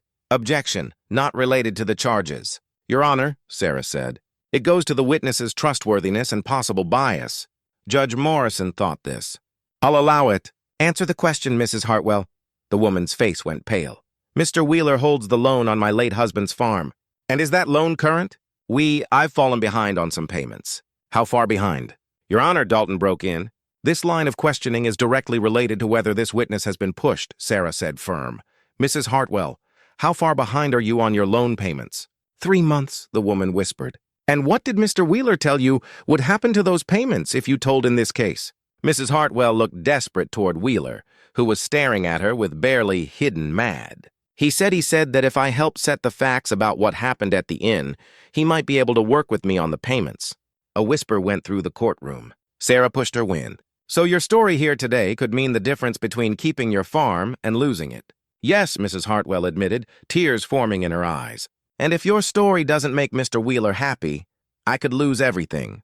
Sarah turned to face the courtroom. "Your Honor, I say that this witness has been pushed into giving story that supports Marcus Wheeler's version of events under threat of losing her home. Judge Morrison's look had grown stern. Mr. Dalton, do you wish to ask more? Wheeler's lawyer stood, but his sureness had shaken. No further questions, Your Honor. As Mrs. Hartwell stepped down, clearly upset, Sarah felt the push in the courtroom shift. She had drawn first blood, showing the prosecution's key witness as messed up. But she knew the hardest part was still ahead. Judge Morrison looked at his notes. Mr. Dalton, your next witness. The prosecution calls Agnes Hartwell. Agnes was younger than her mother, maybe 25, but she had the same nervous energy. As she got in the witness chair, Sarah noticed how her eyes kept darting toward Wheeler with clear fear. Miss Hartwell, Dalton started. Did you also see the talk between the defendant and Miss Mitchell? Yes, sir. And what was your take on what you heard? Agnes spoke as if saying a practiced speech. The man was clearly threatening Miss Mitchell. He told her that bad things happened to women who didn't take protection. He made it sound like she had no choice but to go with him. Sarah watched the young woman careful, noting the tension in her shoulders, the way her hands gripped the chair arms. This was not the story of someone telling the truth. This was the show of someone who had been taught and scared into going along. When Sarah's turn came to ask, she stood slow, her voice gentle but digging. Miss Hartwell, you're not married, are you? No, ma'am. And you live on your mother's farm? Yes. That must be hard trying to handle a farm with just the two of you. Agnes nodded, some of the tension leaving her shoulders at Sarah's kind tone. Have you ever met Marcus Wheeler before this trial? Agnes looked nervous toward Wheeler. Yes, ma'am. Under what stuff? He came to our farm several times over the past few months. What did he want? He said he was worried about two women trying to handle a loan. He offered to help. Sarah felt her pulse quicken. What kind of help? He said he could give protection, that he was looking for a wife, someone to help run his house. The courtroom was totally silent now, everyone hanging on Agnes' words. And how did you answer his offer? Agnes's voice got smaller. I told him I wasn't interested, that I needed to take care of my mother. How did Mr. Wheeler react to your no? Agnes looked straight at Wheeler, and for the first time there was fight in her eyes. He said that women who said no to reasonable offers of protection often found themselves in hard spots. He said accidents happened to alone farms. The courtroom broke in whispers. Judge Morrison banged his gavel for order. Miss Hartwell, Sarah went on, are you telling today because you believe Jacob threatened me or because Marcus Wheeler threatened you? Agnes Hartwell broke down totally, tears streaming down her face. I'm sorry, she sobbed. He said if we didn't tell the way he wanted, we'd lose the farm. I'm so sorry. Sarah looked at Judge Morrison, seeing getting and growing mad in the older man's eyes. The prosecution's case was falling apart and everyone in the courtroom could see it. But Sarah knew that making Wheeler's witnesses look bad was only half the fight. She still had to prove that Jacob Whitmore deserved a second chance, that getting better was possible, and that love could win over the darkest parts of the past. The real fight was just starting.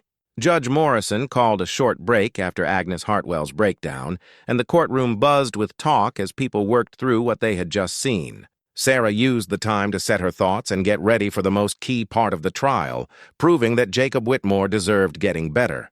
When court started again, Mr. Dalton looked a lot less sure than he had that morning. Still, he pushed on with his case.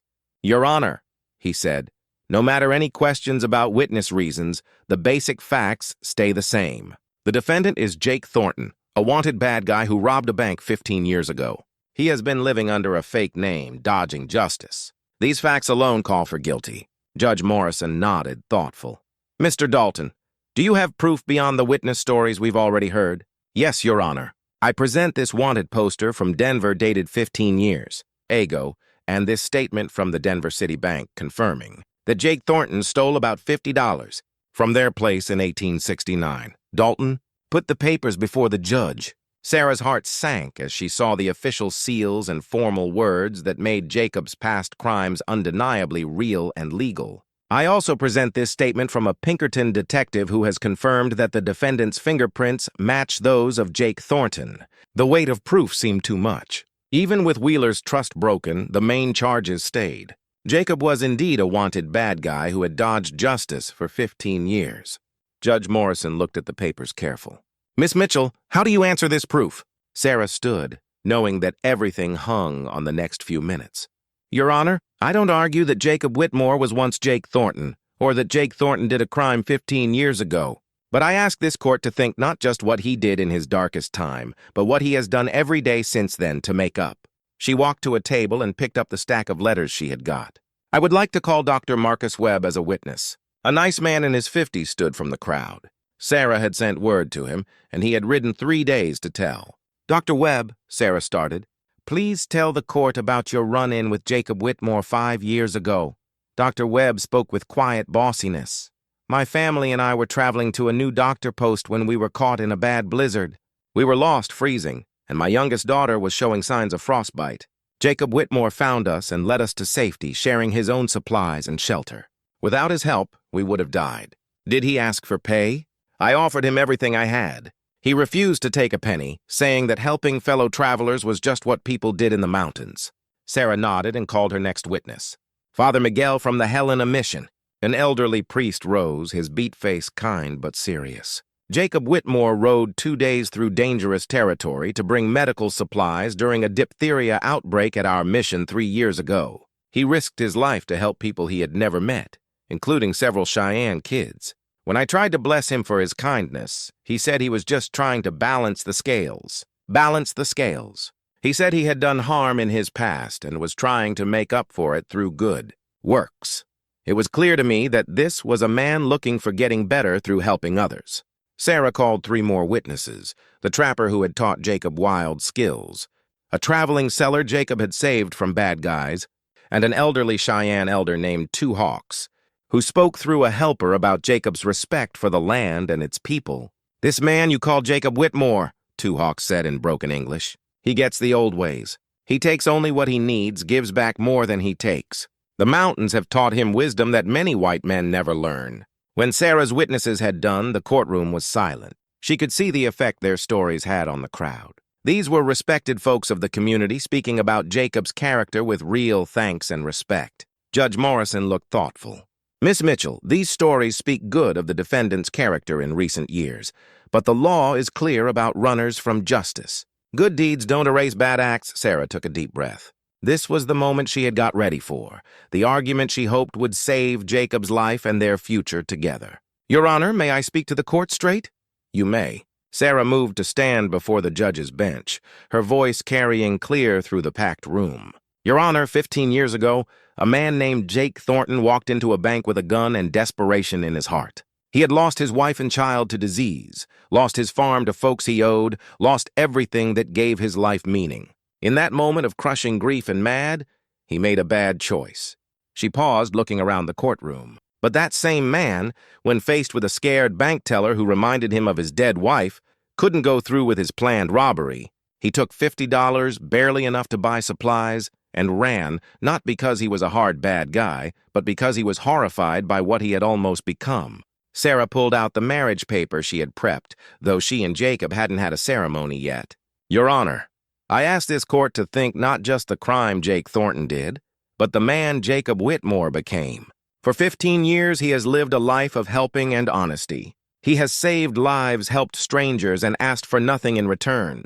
He has paid his debt to society, not through time in prison, but through a lifetime of good works. Judge Morrison looked at the marriage paper with surprise. Miss Mitchell, are you and the defendant married? Sarah felt her face flush, but she answered honest. Not yet, Your Honor, but we are set to be married, and I wanted the court to get that I am not a victim of Jacob's crimes. I am a partner in his getting better. You would marry a known bad guy? I would marry a man who has proven that people can change, that getting better is possible, that our worst moments don't have to set us forever. Sarah turned to face the courtroom, speaking not just to the judge, but everyone who had come to see this trial. 15 years ago, I was a kid safe in my parents' home. Jacob was a broken man who made a desperate choice. But life has brought us together now, and I see not the bad guy he was, but the man he chose to become. If this court sends him to prison, you will be punishing not just his past crimes, but wrecking his future getting better. She faced the judge again. Your Honor, I ask you to sentence Jacob to time served these past weeks in jail and to community service. Let him keep the good work he has been doing for 15 years. Let him prove that justice can have mercy and that second chances can make better folks than punishing alone. The courtroom was totally silent when Sarah done. She could see tears in several faces, including Martha's. Even some of Wheeler's backers looked touched by her plea. Judge Morrison was quiet for a long time, looking at the papers before him. Finally, he spoke. "Mr. Whitmore, please stand." Jacob rose, his shackles making soft noise. Sarah held her breath. "Mr. Whitmore, you are indeed Jake Thornton, wanted for bank robbery in Denver 15 years ago. Do you admit to this crime?" "Yes, Your Honor," Jacob said quiet. "I do." "And do you have anything to say in your defense?" Jacob looked at Sarah, then back at the judge. "Your Honor, I can't undo what I did 15 years ago. I can't give back the money I stole or erase the fear I caused that bank teller. But I can tell you that every day since then, I have tried to live in a way that honors the man I wanted to be instead of the man I was in that dark moment." He paused, his voice getting stronger. "I fell in love with a woman who sees the good in people even when they can't see it themselves. She taught me that getting better isn't something you earn once. It's something you choose every day. If this court gives me the chance, I will spend the rest of my life proving worthy of her faith and your mercy." Judge Morrison nodded slow. "Mr. Dalton, do you wish to make a closing statement?" Wheeler's lawyer stood, but his early sureness had gone away. "Your Honor, the prosecution stands by its proof of the defendant's bad past. Miss Mitchell, your closing statement." Sarah stood one final time, her voice filled with quiet sureness. "Your Honor, this case is about more than one man's crime or one woman's love. It's about whether we believe people can change, whether we think getting better is possible, whether justice has the hope of second chances. Jacob Whitmore has spent 15 years proving that the answer to all those questions is yes. I ask this court to let him keep proving it for 15 more. Judge Morrison called for a break while he thought about his verdict. Sarah sat with Jacob in the short time they were let together, holding his shackled hands in hers. "Whatever happens," he said quiet, "you gave me something beautiful. You made me believe I was worth fighting for." "You are worth fighting for," Sarah replied. "And this isn't over yet." When court started again, Judge Morrison's look was hard to read. The whole town seemed to hold its breath as he got ready to say Jacob's fate, and with it the future of the love that had grown between a mountain man and the woman who had seen his true heart under the shadows of his past. Judge Morrison stood slow, his weathered hands resting on the makeshift bench as he looked over the packed courtroom. The weight of his choice seemed to settle on his shoulders like a heavy cloak, and Sarah found herself holding her breath as she waited for words that would set not just Jacob's fate, but the future they had dared to dream together. "In my 30 years serving as a territorial judge," Morrison started, his voice carrying clear through the silent room, "I have seen men wrecked by their worst moments, and men saved by their best ones. Today this court has heard proof of both." He picked up the wanted poster, looking at the faded sketch of Jake Thornton. "There is no question that the defendant did a crime 15 years ago. Bank robbery is a serious wrong that put innocent people at risk and broke the trust that good society depends on." Sarah's heart sank, but the judge went on. "However, this court has also heard strong proof that Jake Thornton died in the mountains 15 years ago, and from his ashes rose a man named Jacob Whitmore, a man who has spent a decade and a half making up for his past." Through helping others, Judge Morrison set down the poster and picked up the letters of stories Sarah had got. The law is there not just to punish past crimes, but to protect society and, where possible, to change wrongdoers into good citizens. By that measure, Jacob Whitmore stands for not the fail of justice, but its biggest win. A whisper of hope went through the courtroom. Sarah felt tears gathering in her eyes, but refused to let them fall until she heard the final say. However, the judge went on, "I cannot just ignore 15 years of dodging legal duty, so this court finds the defendant guilty of the charges against him." Sarah's heart dropped, but Judge Morrison raised his hand for quiet, but in thinking of the special proof of getting better, the defendant's clear sorry, and the strong stories of those whose lives he has saved. This court sentences Jacob Whitmore to time served plus 100 hours of community service to be done in Copper Creek under Sheriff Bradley's watch. The courtroom broke in cheers and clapping.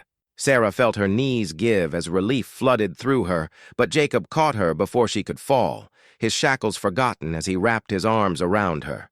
Judge Morrison banged his gavel for order. "Also," he said when the room quieted, given the proof of pushing and scaring shown about the prosecution's witnesses, "this court orders a full look into Marcus Wheeler's business ways and his treatment of open women in this community." Wheeler's face went pale as Sheriff Bradley moved toward him. Mr. Wheeler, you'll need to come with me for questions about the witness messing claims. As Wheeler was led away, saying he was innocent, Sarah found herself around by good wishes. Martha hugged her with tears. Dr. Webb shook Jacob's hand with real warmth. And even some of the town folks who had been doubtful earlier gave congrats. "You did it," Jacob whispered in Sarah's ear as Sheriff Bradley took off his shackles. "I don't know how, but you did it."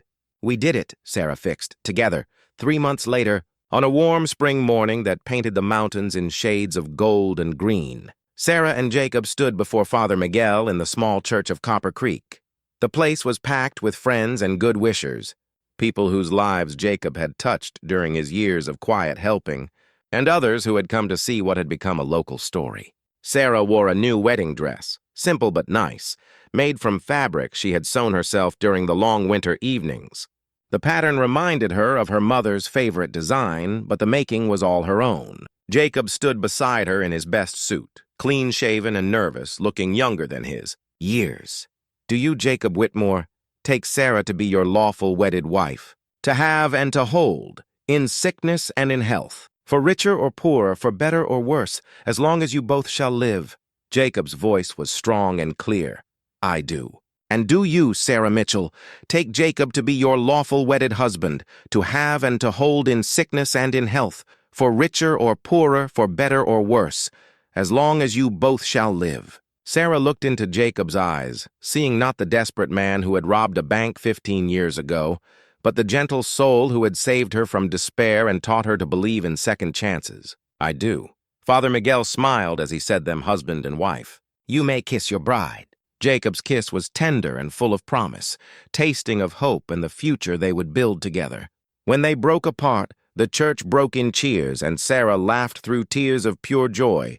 The party was held in the community hall where Jacob's trial had happened just months before.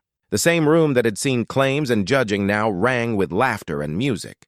Martha had made a feast. The local players played happy tunes, and even Judge Morrison had come back for the event. "Quite a change from our last meeting here," the judge said, to Sarah as they shared a dance. "Everything can be changed with enough love and patience," Sarah replied. "That's what Jacob taught me." As evening came, Jacob and Sarah got ready to go back to their mountain home. The cabin had been made bigger over the winter. Jacob's community service had included helping several local families with building jobs, and they had paid back by adding a proper bedroom and bigger kitchen to the Whitmore place. "Ready to go home, Mrs. Whitmore?" Jacob asked, helping Sarah into the wagon. Sarah smiled at the sound of her new name. "I've been ready since the day I met you." The ride up the mountain was peaceful, filled with comfy talk and shared quiet. When they crested the ridge looking over Paradise Valley, Sarah gasped at the beauty of the scene below. The meadows were covered with wild flowers. The stream ran clear and fast with snowmelt, and their cabin looked like something from a fairy tale. "Welcome home," Jacob said, echoing his words from their first visit. Inside the cabin, Sarah found that Jacob had made a surprise. The quilt she had been working on during those not-sure weeks. The one with interlocking rings that had stood for their growing deal was done and spread across their marriage bed. "When did you finish it?" she asked in wonder.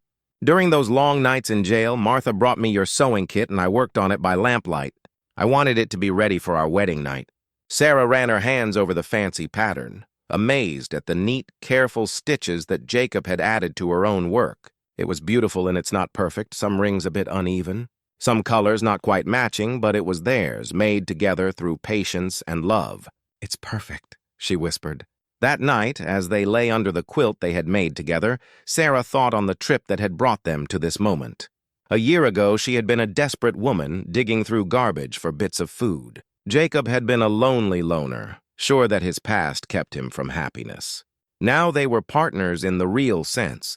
Two not perfect people who had chosen to build something beautiful from the broken pieces of their histories. "Are you happy?" Jacob asked, his arm tightening around her. Sarah thought about the question serious. Happiness felt too small a word for what she felt. "Being content, joy, fulfillment, hope, all of these and more. I'm complete," she said finally. "For the first time in my life, I feel complete." Outside their window, the mountains stood forever and watchful. Guards of the valley where two lost souls had found each other and built a love strong enough to get through any storm. The stars turned overhead in their old patterns, And somewhere in the distance, a night bird called to its mate with a song of pure joy. In the morning, they would start their life together for real, tending their garden, caring for their animals, welcoming the odd traveler who needed shelter or help. Jacob would keep his quiet works of helping, and Sarah would teach the kids of families who settled in the growing valley. But tonight, they just held each other under the quilt that stood for their trip from desperation to hope, from loneliness to love, from broken pasts to a shared future bright with possibility. The mountain man had come to town for supplies and found something way more precious than anything money could buy.